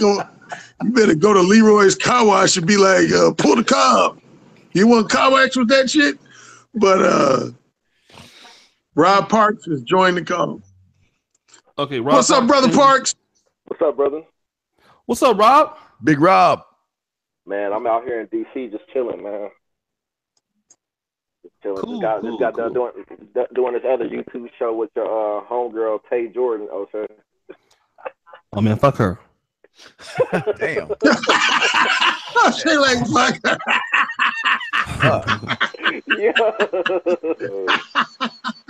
Tell her I said that from the bottom of my heart. Fuck her. Let me ask you, you're a sports writer, Rob, with some career aspirations, man. Congratulations on the new gig that you got. Where are you writing at right now? Well, I got my own site, recreation.com. I got to get the hosting, like you said, but I bought the domain you know how name. niggas are. I know I've been bullshit, man. I want to take like a little month break before the season starts training camp. So I haven't been writing since I was in Miami. But I did the Miami Pro Summer League. That was my last tour. I was Basketball Network. Okay, So basketball betting it's is a big sports site too, right? Yeah, it's like they got like 600,000 likes on Facebook or something like that. Something crazy. Yeah, it's big. It's gonna be a good look. You've actually been to ESPN studios as recently, right? Yeah. I go in Orlando all the time. Like I know all the guys down there. So, what do you think about this whole Jemele Hill thing? Oh man, I mean that's her opinion, but I mean she was dumb for going on Twitter and saying it. She probably just wasn't thinking that it was gonna be as much backlash as it is. But like, lady, you're on Sports Center on the 6th now. You're on the main Sports Center now that everybody watches when they get off work. Like you can't be saying shit like that on the air. Well, I think she didn't say it on the air. She said it on her Twitter. I mean, well, yeah, she said it on her Twitter, but like you can't. You're on the air host. You can't be saying stuff. Right. I agree. You know what I'm saying? She got the Twitter fingers, man. Her Twitter fingers got her in trouble. Now the White House put a statement out about it, like they want to go after her now, man. They want ESPN to fire her. I'm like, damn, that's fucked up. Well, let me do this. Look, man, you know, I know you probably got some crack in the car or something, dog. Well, put your weed away or something, because you all in the chat, but you're not on the show. I mean, you niggas can't be doing drug deals, man, while you in the damn chat room and shit. So, but let me ask you this, man. Do you have any aspirations to I mean, cause Sports Center, I mean, as you know, Stuart Scott passed, great host on Sports Center. It seems like since Stuart Scott has passed, the network has kind of just really went down. Do you think that Sports Center will lose more popularity with your sports IQ in the future? So are you saying like if I'm on Sports Center or just period? Do you think that they're going to lose popularity, period, due to, you know, with the influx of women and the influx of liberal kind of, you know, talking points and stuff like that? I mean, yeah, because like if you remember, what got Sports Center popping was like their like the talent on the air. Like they watch like you said, Stuart Scott. People watch Stuart Scott. He had the catchphrases like "booyah" and all that stuff. I can't say there's really a guy that's on Sports Center now that really captivates like the audience. Who is it? Nobody. I really don't. Jemele Hill, Michael Smith, like, I mean, they're on Sports Center on the 6th, but like they're not like memorable. I don't know. Jemele Hill just worked her way up. Like she was on PTI for years, and then she was on all kind of stuff. She was writing for ESPN, so she like paid her dues and like worked her way up. But I wouldn't say she's like a Stuart Scott type of talent at all. Okay. So, I mean, if they keep it this, like, I mean, it's just gonna keep going down. Then you got Fox Sports 1 in the game now. Like, shout out to them. They're working their way up. Like, they just signed my boy Vic to a contract. He's on there now. For Fox? Yeah, for Fox Sports 1. Really? And Fox NFL, yeah. Wow. How is Vic on is he like good at commentating and shit? Yeah, he's good, man. Like, you know when they like walk around like that little field they have on the show, and they do like plays, like they just kind of demonstrate the plays and like in their like suit shirt and pants. Doing that now. He's like making his rounds. You know what I'm saying? Around all the shows on there. So okay. It's big time, man. That's a big look for him, man. And then some say like he sold out Kaepernick. But you know how I feel about that Kaepernick situation with Vic said. Vic didn't say nothing wrong. To me, I don't know. He's telling you how to play the game. Like, get your money, get all the money you can, then get out and you do what the hell you want to do. Right. Now, let's talk about just real quick. I'm going to just put you on mute real quick, Rob, because you have some noise in the back. Fuck, Steve left. I was trying to get Nook to come on. I guess Nook didn't want them problems with Steve, man. So he just left and shit. So I'll wait till I bring you on in just a second. What I've noticed is Colin Kaepernick tweeted Jemele Hill, and he said, you know, yo, I'm with you. You got my support. Let me ask you this, Alan. How do you feel about Colin Kaepernick I mean, do you think what's your stance on the whole Colin Kaepernick thing? I think, we did a Google Hangout that I participated in on that, but generally, he got a right to do what he wants to do. The thing I didn't like about it, now number one, he's my frat brother, so I'm reluctant to harshly criticize him too much just because he frat, but I don't like the fact that he didn't come in the league with that passion about, what's fucked up in society. I think it seemed to me from the outsider that once he hooked up with his babe, that his babe started whispering in the ear. And then all of a sudden he became radical. And that's the thing. That's the part about it I don't respect, man, is that, maybe he was radical and she just brought it out of him. But to the average outsider, it makes it look like, he didn't decide to be radical until he wanted to keep his babe on his shoulder. But at the same time, for those, who harshly criticize him, it's his right not to stand for the flag. And but here's the thing with life in general. Life is full of choices and decisions for all of us. Mm-hmm. Choices and decisions.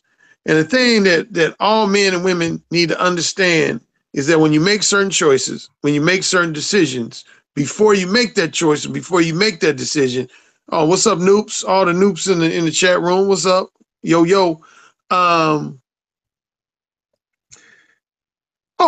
Real quick segue. Brother Parks, I see you real connected, man. You connected with my frat brother, John Singleton. I said, Brother Parks know a lot of motherfuckers, boy. Yeah.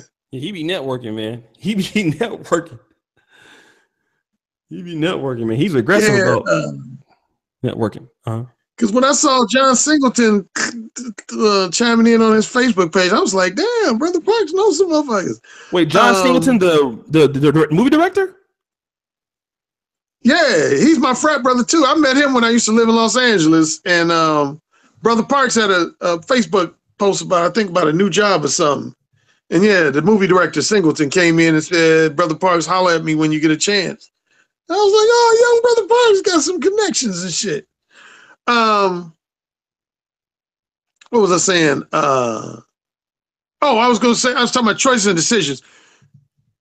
The thing with choices and decisions, man, is that you gotta examine the potential consequences and repercussions of those choices and decisions. And then if you're willing to accept all that's gonna come with your choice and decision, then you gotta accept all with it. And all that to say that Colin Kaepernick made his choice to take that knee and make his stance. And one of the consequences and repercussions is he's no longer in the NFL. Mm-hmm. Not that he's been necessarily bitching about that himself, but the consequences you got to deal with when you make that type of stance.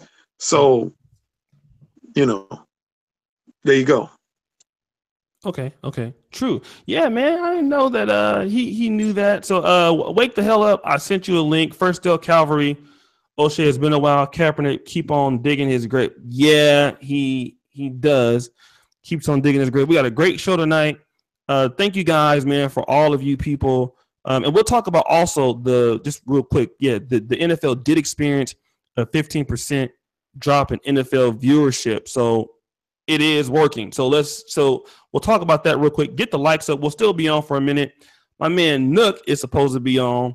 And if Nook gets on, man, if Steve and Nook get on at the same time, I can pretty much guarantee a fucking World War IV explosion. That's what it's going to be. It's going to be even worse than last night.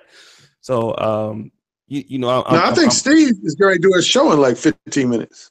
Yeah, but it's shit. I'm pretty sure that if Steve knows me on or I'm on, I'll try to keep it going as long as I can. Because when Nook comes on, it's going to shock a lot of people how you feel. Like you say you to the center, Nook is way to the left. I'm talking about hella to the left. So shout out to Wake the Hell Up. He just came on. Let's get the likes up, people. I really appreciate the likes on the video, but let's continue to get those up. For those people who want to get the ebook, How to Stop Simping in 24 Hours, please drop your emails in the link. You'll also be subscribed to the NegroManosphere.com. Great website.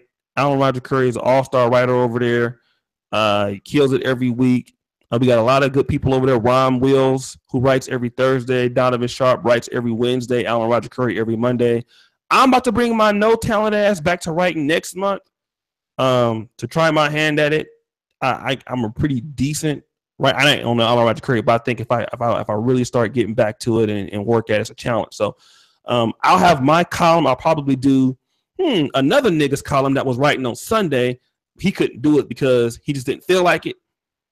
So yeah, that nigga. So I'll be writing every Sunday, like starting in October in the Negro Manosphere, and when I write, I pretty much have something controversial or fucked up to say that'll make people think. But let me go to Wake the Hell Up, man. Thanks for coming on the show. Wake the Hell Up. You there?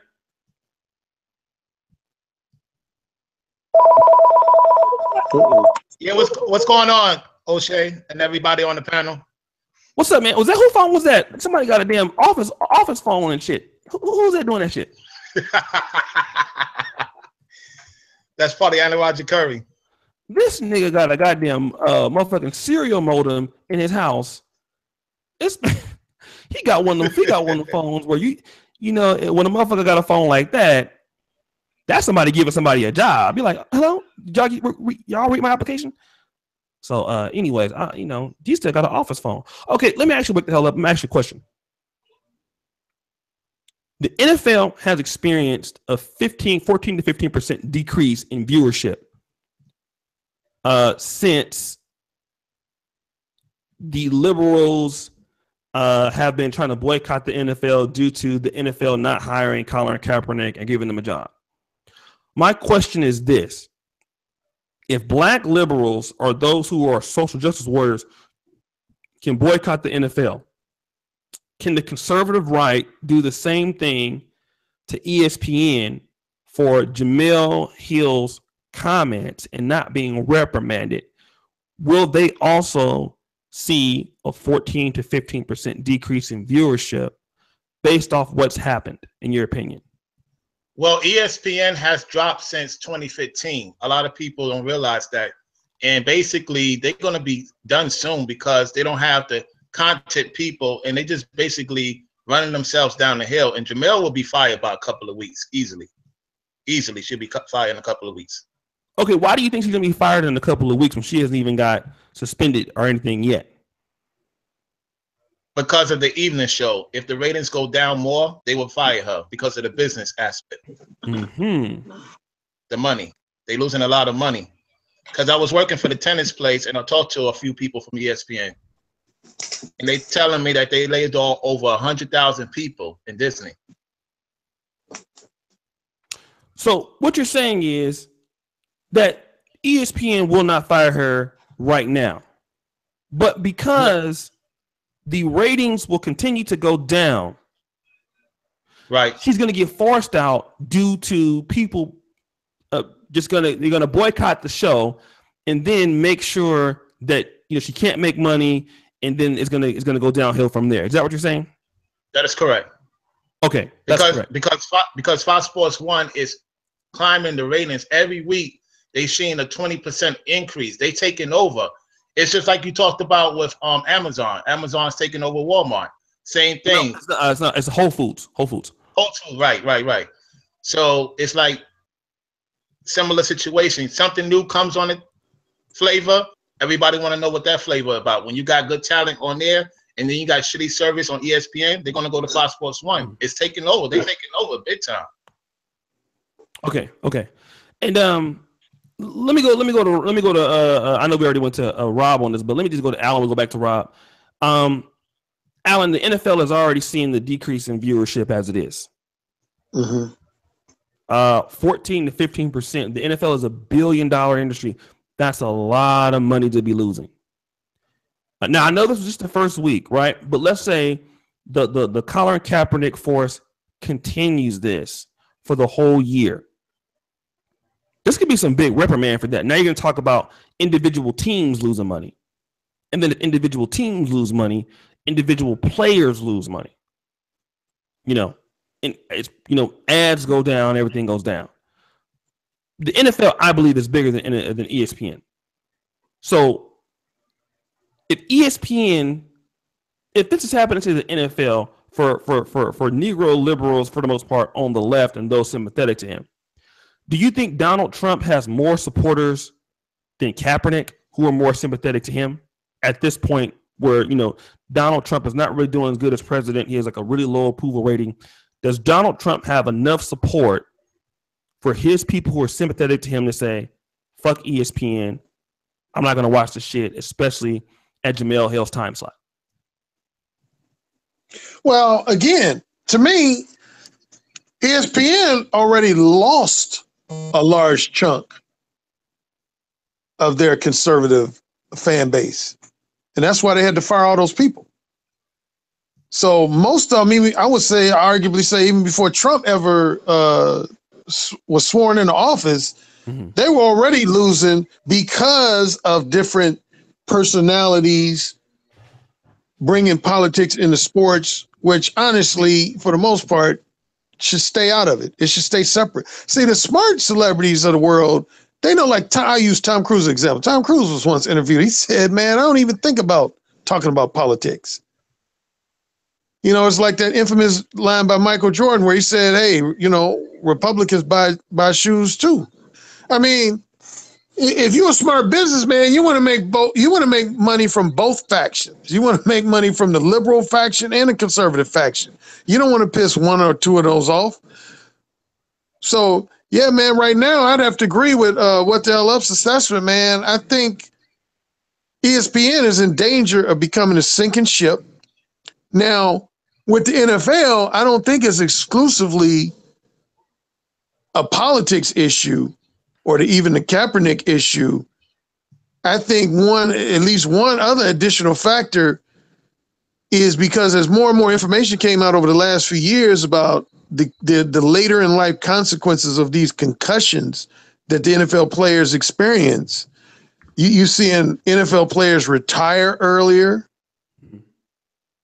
As a matter of fact, Jalen Rose on FS1 just did a thing about how he says the NBA he thinks is going to overtake the NFL as the most popular sport in America. And one of the things he mentioned was the whole concussion issue that the NFL has to deal with. They're just having too many severe injuries where fans, top players, will be out for the rest of the season. Then you got motherfuckers like Ezekiel Elliott accused of, you know, beating the shit out of his girlfriend, whether that's true or not. NBA these days is looking like the All-American Good League. They don't have, you know, that's one thing you got to give David Stern, man, when he was running the ship, and I think Adam Silver has carried the torch. Man, they don't put up with foolishness, man. You know, they stay on top of foolishness in the NBA, man. You know, you have your exceptions here and there, but compared to the NFL, man, they stay on top of shit. Right. And so I'll be curious to see, man, how the NFL is going to look 10 years from now, 15, 20 years from now. It's going to be interesting. Let me go to Rob real quick. Rob, do you not take yourself off mute, Rob? Okay. You're on. I put you on mute because there was some echo in the background. So I think you can tap the screen, and there will be a mic that comes up on your screen, and then you can just hit the mic. Okay. Yeah, like that. Okay. So let me ask you this: you write for the NBA currently right now, but you're thinking about getting into the NFL. Let's talk about this talking point that ESPN's in trouble. We already know that. You said that. Fox Sports 1 is on the move. And now we're to the point where Alan Roger Curry says that Jalen Rose, former NBA player, says that it's possible that the NFL is kind of like on ESPN. They're on the decline anyway, due to the injuries, players retiring early. I definitely know that's true. A lot of people on the 49ers retired just in their prime. do you think that the NBA is going to overtake the NFL as the number one sport in America? Yeah, man, might be like in the next 5 years, man. Because you got to think about it like this: like these NFL players like keep getting in trouble over and over again. You don't really see that in the NBA. Like he said, like David Stern ran a tight ship, and it was kind of like unspoken rule, like you don't fuck up or you're gonna be out the league. Adam Silver's doing a good job now, like, and these guys, like, and see, with basketball players, they have more of an advantage because they play like all year. It's just not playing in the NBA. Like these guys playing summer league and all these like pickup games, and they're posting their pickup games on Instagram. It's just like a whole culture. Basketball is like a whole culture. Not saying football is not a culture. Football is a culture. Right. But basketball, like with the internet picking up and social media, like I don't know if you've been paying attention, but Carmelo Anthony has been like hosting like pickup games in New York, and everybody's been coming through, like LeBron, J.R. Smith, Russell Westbrook even came through, like Chris Paul, James Harden. They're posting these videos every day on Instagram, and like millions of people are watching. Like, so with that kind of culture, then it carries on to the season. Man, 5 years time, it could like take over, man. But we're gonna have to see somebody else besides the Cavs and the Warriors in the finals, because that kind of gets boring for the fans. Yeah, because like even AAU basketball is basketball something you can play all year round. Right. That's really true. Listen, guys, it's so let's do this. Get the likes up. I might call it a little early tonight because it's 3 a.m. and I really wasn't feel like doing the podcast tonight anyway. But I just wanted to go ahead and do it. A nigga has been tired for whatever reason. So tomorrow, and this nigga was supposed to come on and fucking cut Steve ass out, but he didn't do it and shit. So I couldn't get no action and shit like that. I think we covered almost everything we could cover tonight about this certain situation, unless anybody else had something that was on their mind that they wanted to address. Oh man, I'm good here, man. Get some sleep, brother. You gotta sleep. Yeah, man. I can't be just keep doing this crack, nigga. But unless Alan, did you have anything that you wanted to particularly say? Or damn, as soon as I say that, everybody stop watching. Niggas start leaving. Fuck that. I'm leaving, motherfucker. Hold on, nigga, don't leave yet. Alan, anything else that you want to say? Or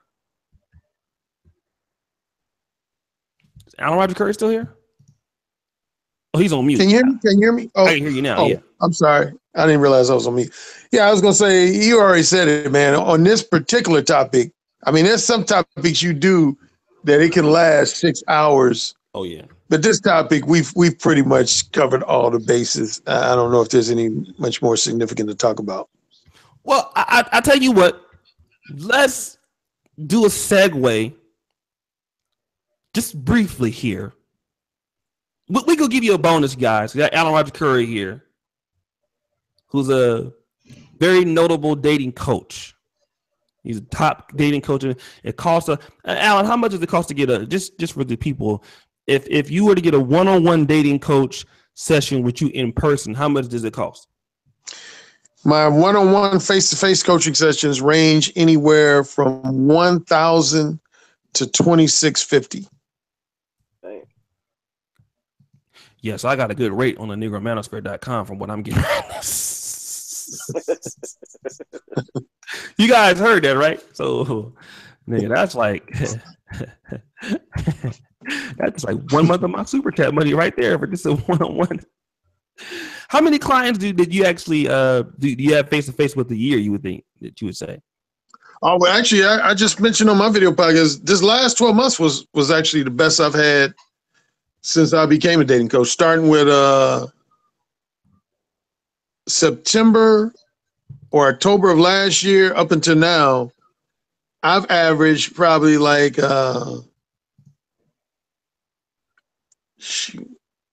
or 3 clients a month. I've done a lot of traveling, and yeah, man. And then I do a whole bunch of almost every day I do a bunch of Skype consultations. They're cheaper. My Skype consultations run starting with like about $100 an hour and a little less for less time. And I do just dozens of those. How many Skype consultations will you say you have a day? Oh shoot! Sometimes I have as many as 6, 7, 8 Skype consultations a day. I've done as many as 10 in a day. Yeah. So yeah, I can't complain. And then of course my audiobooks are selling well. So basically, I'm poor and you rich. That's what you're saying. Okay, listen. So let's enter in a segue, because tomorrow we were either going to do the White Flight show. Why white people run from Negroville. Okay, it's the White Flight show. But let's segue into why dating coaches versus MGTOW. That was the one that I was gonna maybe possibly do tomorrow, because we had such a voracious show last night. What's this whole thing about the dating coaches? Kind of like there's a problem between like dating coaches and the MGTOW community. Why is there such a tension between the two communities? Oh, it's one-way tension. I would say, here's your favorite word, emphatically. I would say emphatically, from my observation, there's no tension from dating coaches towards MGTOW. Now, some MGTOW types will try to act like there is, but there really isn't. And I know, if I had to speak definitely specifically for myself, I don't have any venom towards MGTOW. And I said this on a couple of my video podcasts. Here's the issue I had with MGTOW. Well, it started with wait, what happened? What just happened? Oh, that's Nook. Hold on a second. Keep talking though. Keep talking, Alan. Okay.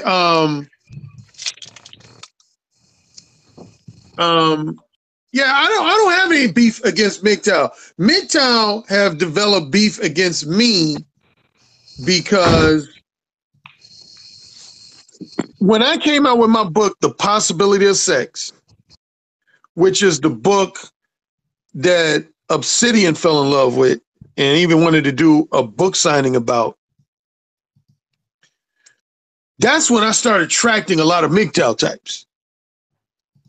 They started following me like left and right. And then later on, like last year, I came out with a book called The Beta Male Revolution. And that attracted a lot more MGTOW types. So what happened was you had a lot of MGTOW types who, I think because of my last 2 books, assumed that I was MGTOW. They almost treated me like I was, quote unquote, one of them. And then right around the time when me and Obsidian fell out, and I start criticizing men for whining and complaining about women's behavior, MGTOW types start coming at me like I was the Benedict Arnold of the MGTOW world. Like, oh, you a traitor. Oh, you one of those brothers that panders to women. You one of those brothers that defends women. Oh, you one of them type dudes. It's like, if you express any type of objectivity over women's behavior, a lot of guys, and I don't want to generalize all MGTOWs, but a lot of MGTOW types and even some non-MGTOW types, they treat you like you're a white knight type. A guy who just supports women left and right. And anybody who's read my books, The Possibility of Sex or The Beta Male Revolution, knows I go in hard on women and the possibility of sex. So I'm not a motherfucker who panders to women. Mm-hmm. But my thing is this, man. Do women have a lot of flaws and weaknesses in their behavior? Sure they do. Sure they do. But my question to men is, okay, let's say all your top 5 criticisms of women are valid. What are you as a man going to do about it other than bitch? What are you going to do about it? That's what I want to know. Because, see, I work primarily with men. So I don't want my male clients, just sitting on a computer all day bitching about women. Because that don't help nobody. So I'm asking these MGTOW types, what are you gonna do about it? So my attitude is towards the MGTOW types who say they want to avoid women altogether. I say do it. Do it. But don't talk about doing it. Just do it. As Nike says, just do it. It's like using you, O'Shea. If you said, hey man, Alan, I see you always eating chicken wings and shit. Well, I don't like chicken wings. I like pizza. So I ain't gonna eat chicken wings, man. And I say, okay. And then like 2 hours later, you say, hey, Alan, seriously, I ain't gonna eat chicken wings. I'm gonna just eat pizza. And I say, okay. Then the next day, you're like, hey, I'm just letting you know, Alan, I ain't gonna eat no chicken wings. I'm like, yeah, okay. All right. You let me know that. Like that scene in A Few Good Men when Demi Moore keeps objecting. Do you remember A Few Good Men when she did that? She kept saying, I object. That one I don't think I haven't seen in a long time. Oh, that's a good ass movie. You gotta rewatch that. Yeah, I do, man. I think I told you the story when we did that Google Hangout when your boy Obsidian ended up joining us, man. My father, man, more than probably any other person, he was the one who laid me out about the whole whining, because I used to do a lot of whining, complaining about women on a professional level, like on a job, related to the job, because I didn't like having female bosses or female supervisors. And I remember one time I was working for NBC and I was on the phone with my father, man, doing a lot of whining, bitching. Man, my father laid me out, man. And he basically was like, I don't want no son of mine just whining and bitching. Situation you in, then you need to work hard and get yourself out that motherfucking situation so you don't have to bitch. But don't be on the phone with me bitching. Right. No, and that's how I feel about a lot of these MGTOW types, man. Go ahead. I'm sorry. What'd you say? No. Let me do this real quick, because we might have some fuckery in the game, because Nook did show up. So Nook, tell you what, and Rob Park's up, but Nook, hit your screen because you're on mute right now. Okay, now you can talk. Nook, what's up, man? What's up? Nook, okay, so Steve, man, he had to do a show for a minute, but just maybe. Hold it. Let me say this first. Okay. I didn't call up here to argue with nobody. I didn't call up here to start no drama. Only thing I agree with a lot of stuff Steve said. I agree with a lot of stuff he said. However, it's a flip side to that coin, though, that Steve is not mentioning. And the flip side of that coin is, what about these dudes, man? See, it's not just the women's fault either. These dudes got to be accountable for their actions too. Okay, I agree with that. I'm just being real here, man. Do you know how many women I see, black women I see? It's the driving point of a lot of these men's success. But see, a lot of these dudes they don't give credit to it. Can you give us an example of what you're talking about, like as far as? Okay, I prime example. You know I'm about to go with this one. Look at your milk dud bald head ass faggot Joe Moss. Look at him. Oh my God. How you think he made all that money in them groups? Because of them bras, them women, man. If you don't be for the women, you don't make that kind of money. Right or wrong? Right or wrong? It's true. He does make money. Skip Rico. Right or wrong? Yeah. Okay then. He talking about the same I own the Facebook group with. So y'all don't know him. But if you're in the Facebook group, for Legends, and you've seen it, it's a lot of people. So yeah, he has a point. I mean, I can't call him all them names. It's just my partner, but I know y'all like each other. You know what I mean? His history is anyway. But no, okay, look at LeBron James. You know, LeBron James could have been in the streets, man. If his mother don't force him to stay on the right track. A lot of these dudes, man. LeBron ain't had no father. Eddie Jackson was there, but he wasn't there. He went to prison and did 10 years. You know what I'm saying? A lot of these women forced a lot of these guys to be what they are, man. I mean, and then what about the men having sex with these women, saying they're gonna be with them, and then next thing you know, they leave them stranded with a baby. Man, I wish this is not all these women's fault. These men should be accountable for things they do too. Yep. I like Nook, man. I'm sorry, O'Shea. I like Nook, man. Because, see, that's why this relates to the topic you were talking about MGTOWs going in on me and even some non-MGTOWs. And, see, that's one of my beefs with Obsidian, man. He thinks I'm harshly critical of him because he feels like I feel like he overemphasized fuckery.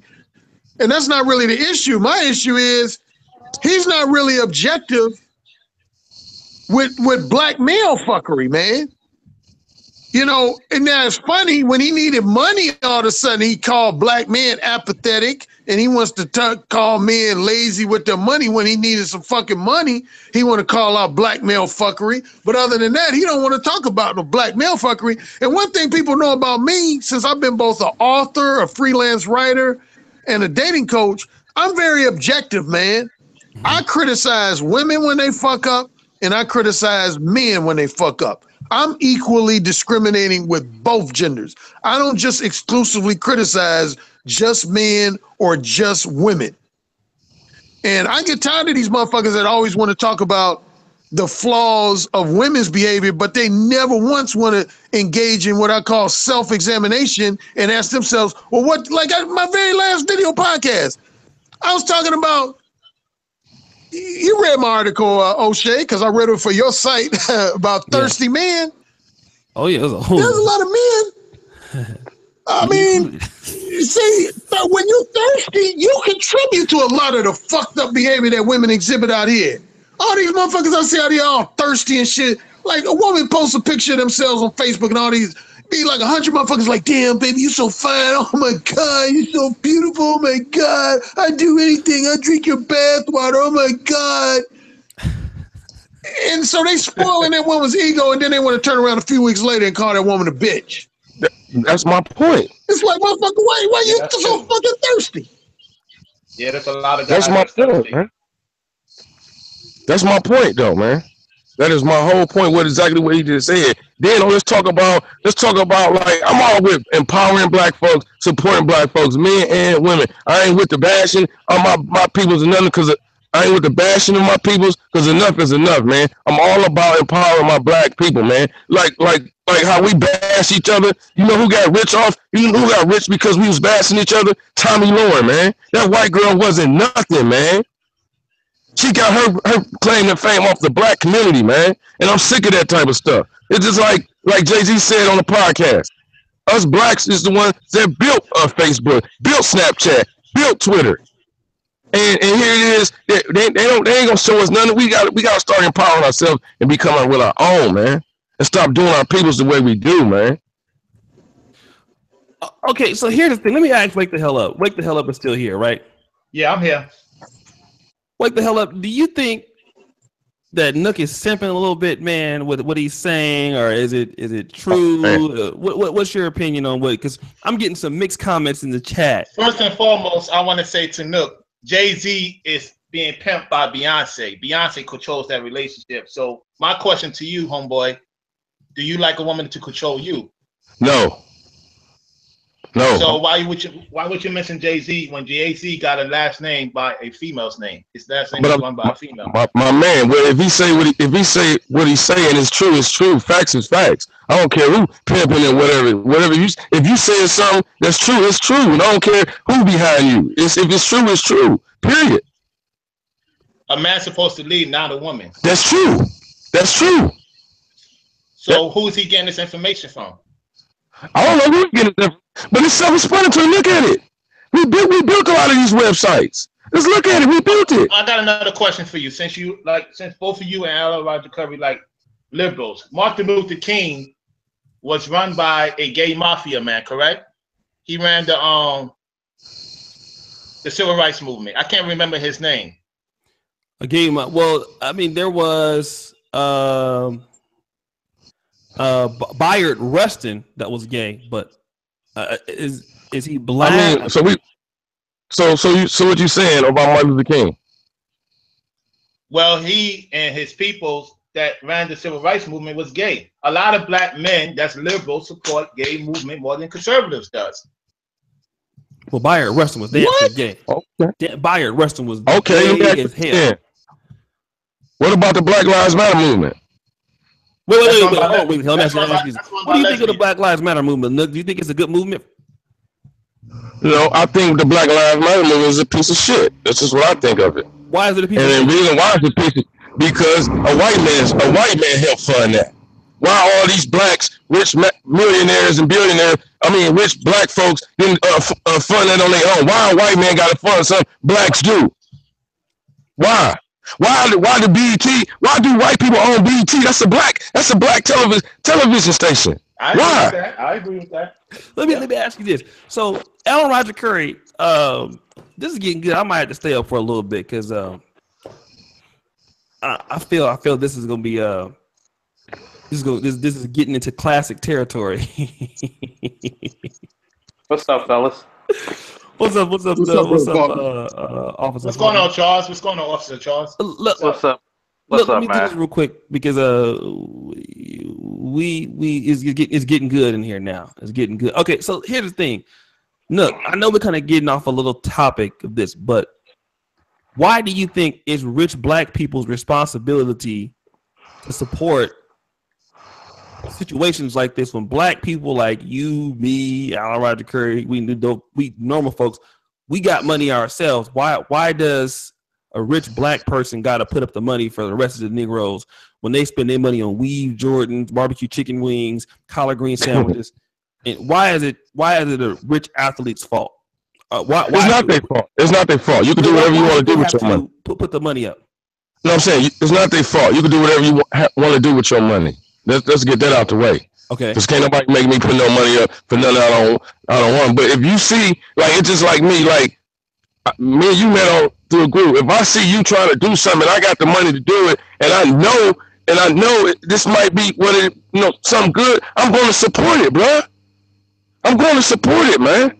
I'm all about black supporting each other, man. I'm not with this other stuff no more, man. We live in a different day and age now, man. It's time for black to start empowering and supporting each other, whether you might like it or not. It's time for us to do that, bro. So when black men in general, like, are critical of many things that black women do, how can you? I mean, I know Alan Roger Curry is a little bit more middle to this, but I think that it's not equal lining, because if a black woman gets pregnant by a nigga that leaves her, she made a wrong decision. So I mean, why? I mean, so why are we never holding these women accountable for the type of niggas that they fuck with? Who? I do. I don't know about everybody else, but I do. I do. Like, I do.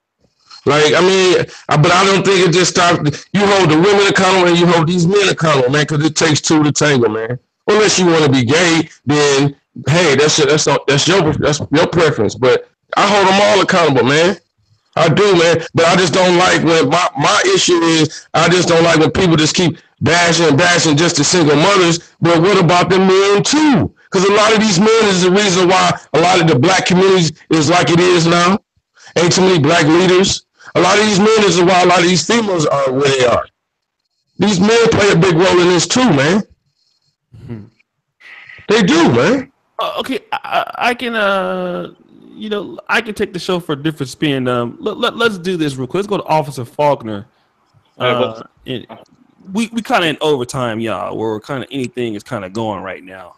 So I'm just kind of moving with the flow. And shout out to Alan Roger Curry. He would feel me on this one. I'm playing Madden right now, and the guy just quit on me online. He was getting beat 21-0.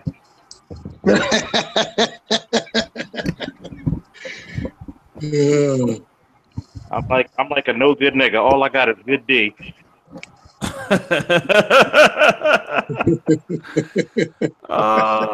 So let me ask you this, man. What do you've been hearing that Nook, and Nook is not a YouTuber like you. He's somebody I know on Facebook, but I've done an interview with him individually. He has some very interesting views that will definitely there are a lot of guests on my channel that would kind of disagree with what he's saying. Definitely Steve. I mean, hold on a second. Alan, what do you think Steve's reaction would be to Nook's comments right now? What do you think he would say? Well, I already know what he would say on the single mother. See, Steve believes that a woman should be responsible for her own body, and she should take every precaution to prevent pregnancy. And to a certain extent, I agree with Steve on that. But to Nook's point, man, come on, man. If you're a man and you lay down with a woman you got to go in that situation knowing that there's going to be at least a 50% chance your condom might break, the woman might be lying about being on the pill or whatever. So if you drop a seed in a woman's pussy, egg, you got to step up to the plate and take responsibility for that kid. You know, I mean, if men as a group are so critical of single mothers, then I say you men as a group stop fucking outside the context of marriage. Stop fucking. Are you gonna do that? Hell no. It's like risk rewards, man. It's risk rewards. You want the pussy, but you don't want to take the responsibility after it. Do I believe in that you should criticize the men? I'm on the 40-60 side. To be fair. 40% what? 40% the men, 60% the women. Because a lot of women, you got to realize we don't have a pill that keeps us from not, giving out sperm. The contraceptives are a little bit more packed in the woman's side than ours. But at the same time, men have to know, that if you get this chick pregnant and she's on some fuckery and bullshit and you get raked across the coals, that's part of the game. Okay, hold it now. Hold it. What about the women that ain't on fuckery, that just want a man and they together and here it is, she's pregnant and now all of a sudden he met another girl and left the other girl for her and forget about the kid and everything. What about those type of guys? Yeah, that's fucked up. That happens all the time. You got to look at the choice a lot of these women have. They don't pick the upper echelon or even the halfway point. When you pick a Day-Day, when you pick a fucking dirty Dick Rodney, a ashy Dick Larry, as you said, you're not picking the upper echelon of men. You're not picking a decent man. Now, if you just fucking and she comes up pop up pregnant, you can't say, "Oh, he left me." When a lot of these motherfuckers fucking never been together in the first fucking place. That's true. It was just sex. So you can't say why this guy left me. He never was with you. Let's be honest. I do this for a fucking living. How about we always hear, we have a lot of hatred towards fathers because we only hear one side of the story. Nobody speaks on that shit. I've seen it where the guys come to go get their kid, and it's a damn shame you got to call the police to get your child and have a court order to come get your child. Because a lot of chicks like to take on this responsibility, saying that I'm going to be super mom and dad, which is impossible for anybody, male or female, instead of saying, you know what, we couldn't work out as a group, but we could co-parent. A lot of chicks want shit, like Steve said, and you know me, I'll disagree with Steve in a fucking minute. But a lot of chicks want to have everything in their way. It's what I said before. There's two things in this world you cannot deny: the respect of men and the protection of women. If women weren't under the protection that they are now, shit would be totally different. Okay, I agree with you on that. Let me do that. Let's be going. Let somebody else speak though real quick. So after this, let me get Style as Life is on. First time he's been on the pod. I tried to give him a individual interview, but he like, nah, I gotta wait till I get my microphone. And here this nigga is right here. So, what up, Style as Life? What's going on with you, fam? Hey, what's going on? How y'all? How's the panel doing tonight? I got a sim story. And before I say that, Roger Curry, I got your book Mode 1 on Audible, and I swear to God, man, I wish I would have known this knowledge 10 years ago. My sim story is this. I appreciate you, brother. Thank you for that. Man, you more than welcome. My sim story is this. A couple years ago, I knew of this girl. Mm-hmm. Now, imagine she a lesbian. But me and my false ideology, I thought I can, change it. So the first time her and I went out, we went out to Red Lobster, which I understand is my first mistake. Paid for the meal. We went out a few times. And according to you, Roger, I think I had the Mode 2 mind thinking I could wine and dine a girl, and me thinking, oh, this is what my OG taught me, so this is what I'm supposed to do. Months later, I didn't even smell a pussy. And I spent so much money, I got angry. And I said, hey, I liked you, but this ain't going nowhere. Then she say, oh, I did like you. But and my thing, like, you lying because now I'm leaving you or not taking you out no more. Now you about to say, oh, I did like you. We can start something. No. So I just said no. Then I had another girl, which is conveniently her sister. Her and I went out. I kid you not. We went out to cater like a steak meal or someone. I forgot what it was. She kept talking about her ex-boyfriend. These two chicks, dark chocolate women. Her ex-boyfriend is this Italian guy. And this Italian guy, we used to call her black bitch, stupid. All you hang out with is drug dealers and shit like that. She keep talking about it. She keep going back to him. Then on top of that, while we out coming back from a meal, she telling me about this guy she just fucked, like last night or something like that. So after all this time, I spent all this money trying to wind it down. These women thinking this is the way this is the thing a man should do. This is what I'm supposed to do, raised from my OG. And only thing it brought me was headaches, anger, time wasted, money lost. So now that I met you all, and I'm listening to your book on Audible, I'm like, man, fuck this. Listen, I'm not looking to date.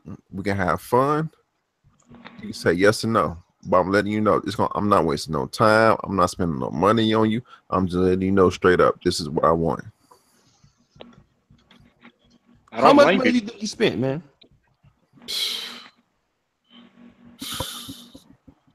On each or both of them all together? Just each. Let's start with the first one. Let's tally it up. I ain't tally it up, but I could say it was like more than $1,500 each. Jesus Christ! O'Shea, I gotta thank you, brother, because I think I'm gonna experience a spike over the next couple of days, because this testimonial is so fucking powerful. Because I know there's some motherfuckers in the chat room like, damn, I did that shit too. Shit. I wasted all that time and money with women too. Can I give you a shout out, Alan Roger Curry? Sure. Whoa! Yeah. I love that shit. I mean, it's funny because till I actually heard their audio books in like context, where I'm like, wait a minute, I got more pussy being an asshole than being a gentleman. Yes, that's right. Yes, and then the part about it, her ex-boyfriend's Titan, who's this racist as fuck, calling her black bitch, having in the bathroom crying on the phone, going back to him, and she giving him more pussy than. And I see the live chat saying 1,500. I didn't spend 1,500 in one drop. It was over months. Right. And I'll give you an example. Not the lesbian, but the sister with the racist boyfriend. Her and I went to a baseball game. I'm from Chicago. Went to a Cubs baseball game. We were so close to the field, I can clearly read the back of the guys' jerseys. Then after that, Then after that, if anyone from Chicago, we went to Navy Pier and ate at Reva's Crab House. If you ever been there, if you get like appetizer, main meal, and dessert, the bill going for two people, after the tip, the bill is going to be like $170. I'm talking about lobster, crab legs, and salmon and all that crap. That's one of those things. Like once you get crab legs, you know I'm going in between your legs, right? Yeah, but you know what? But you know what? Only thing I got was she worked at a call center. She at work. Hey, how you doing? Over email, she talking because she bored, and I'm playing along, thinking, mind you, the basis of my mind frame is this is what I'm supposed, as a guy, supposed to treat a girl right and all this and all this, and I'm going along, and then my man mind frame came out for a bit. It poked out the hole and said, "Man, I don't give a fuck what's going on at work," but I didn't say that because my simp mind frame overloaded it. But after I got in touch with y'all, man, I just know it, man. I forget them, man. Can I ask you a question? Sure. Did you grow up with a dad or you single mom? No, or both? single mother. Single mother. Oh, I'll be damned. See, this is the bad part about single mothers, and compared to their sons and their daughters. And I didn't notice this till I dated a chick, and she basically told her son, going on a date, treat her with flowers, pull out her seat, open up her door, all the shit she wanted a man to get. By the way, she was pregnant. She had babies by jackasses. So, you know, you never judge a person off what they say, you judge them off what they do. So she would school her daughter on how to get a guy to pay for this dress, pay for this purse, and all this shit. And I'm like, you are a conniving motherfucker when I really paid attention to you.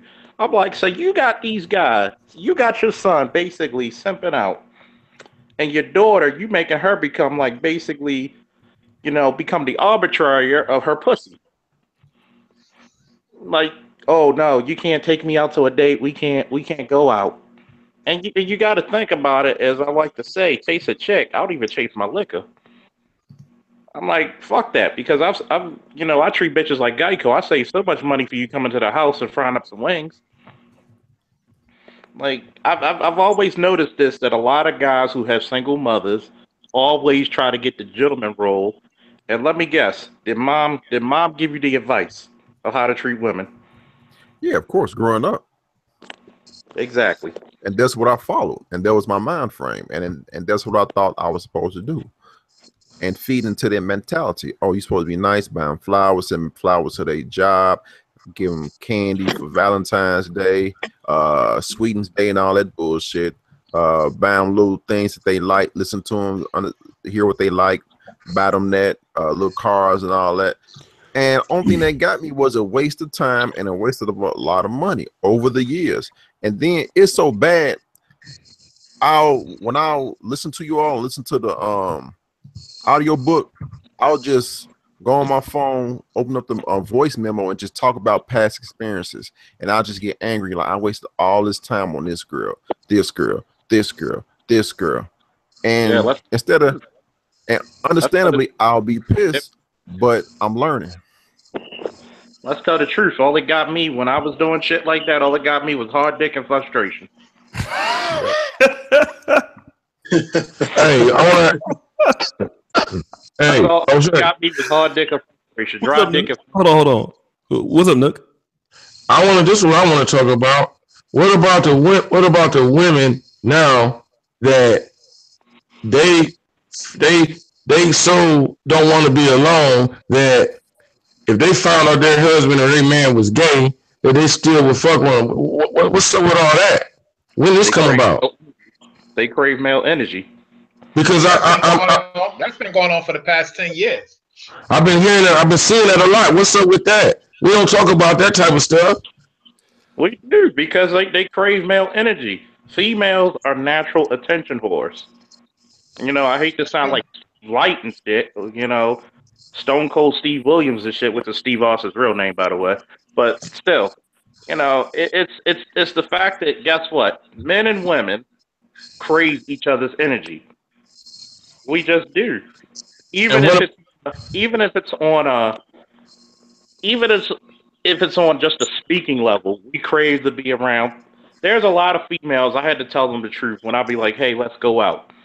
Sometimes I want to go out with you, not because, oh, I'm so desperate to be around you. It's because sometimes you're the only person I could go out with. Like my boys at work, you know, the chick that I really want to fuck, she's busy, you know, and you may be the last resort. A lot of people don't understand we crave that energy from a female. Okay. So hold on, real quick. I know you guys want to finish that, but someone asked about audio. Yeah, I know Alan was gonna see that. He just messaged me. Let him know where you get my books at. So listen, let me put the link, Shelly, for the audio book, and go ahead and finish your point. But I'm sorry. Let me just. So if you guys want to see the audio book thing there, I'm posting it there. You guys can get Alan Roderick Curry's audio books there. Go ahead and finish your point, Charles, real quick. I'm sorry. It's the fact that men and women crave energy, and for some reason we thought that we became so evolutionarily evolved that we can grow above it. That's something that we can never get over. Like, yes, I like fucking, and to answer simply Deep 1985's question, trust me, I get more pussy on accident than most niggas get on purpose. Yeah. But so this is what I want to do, guys. It's 3:30 fucking 5 in the morning here in Poland. Nigga, I'm ready to go to bed. So I tried to, keep the show going, but like, nigga, it's late. So here's what we gonna do though.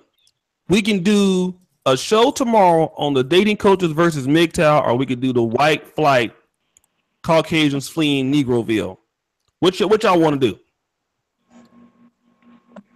The white flight show, guys. Who wants to do white flight? We could do them both.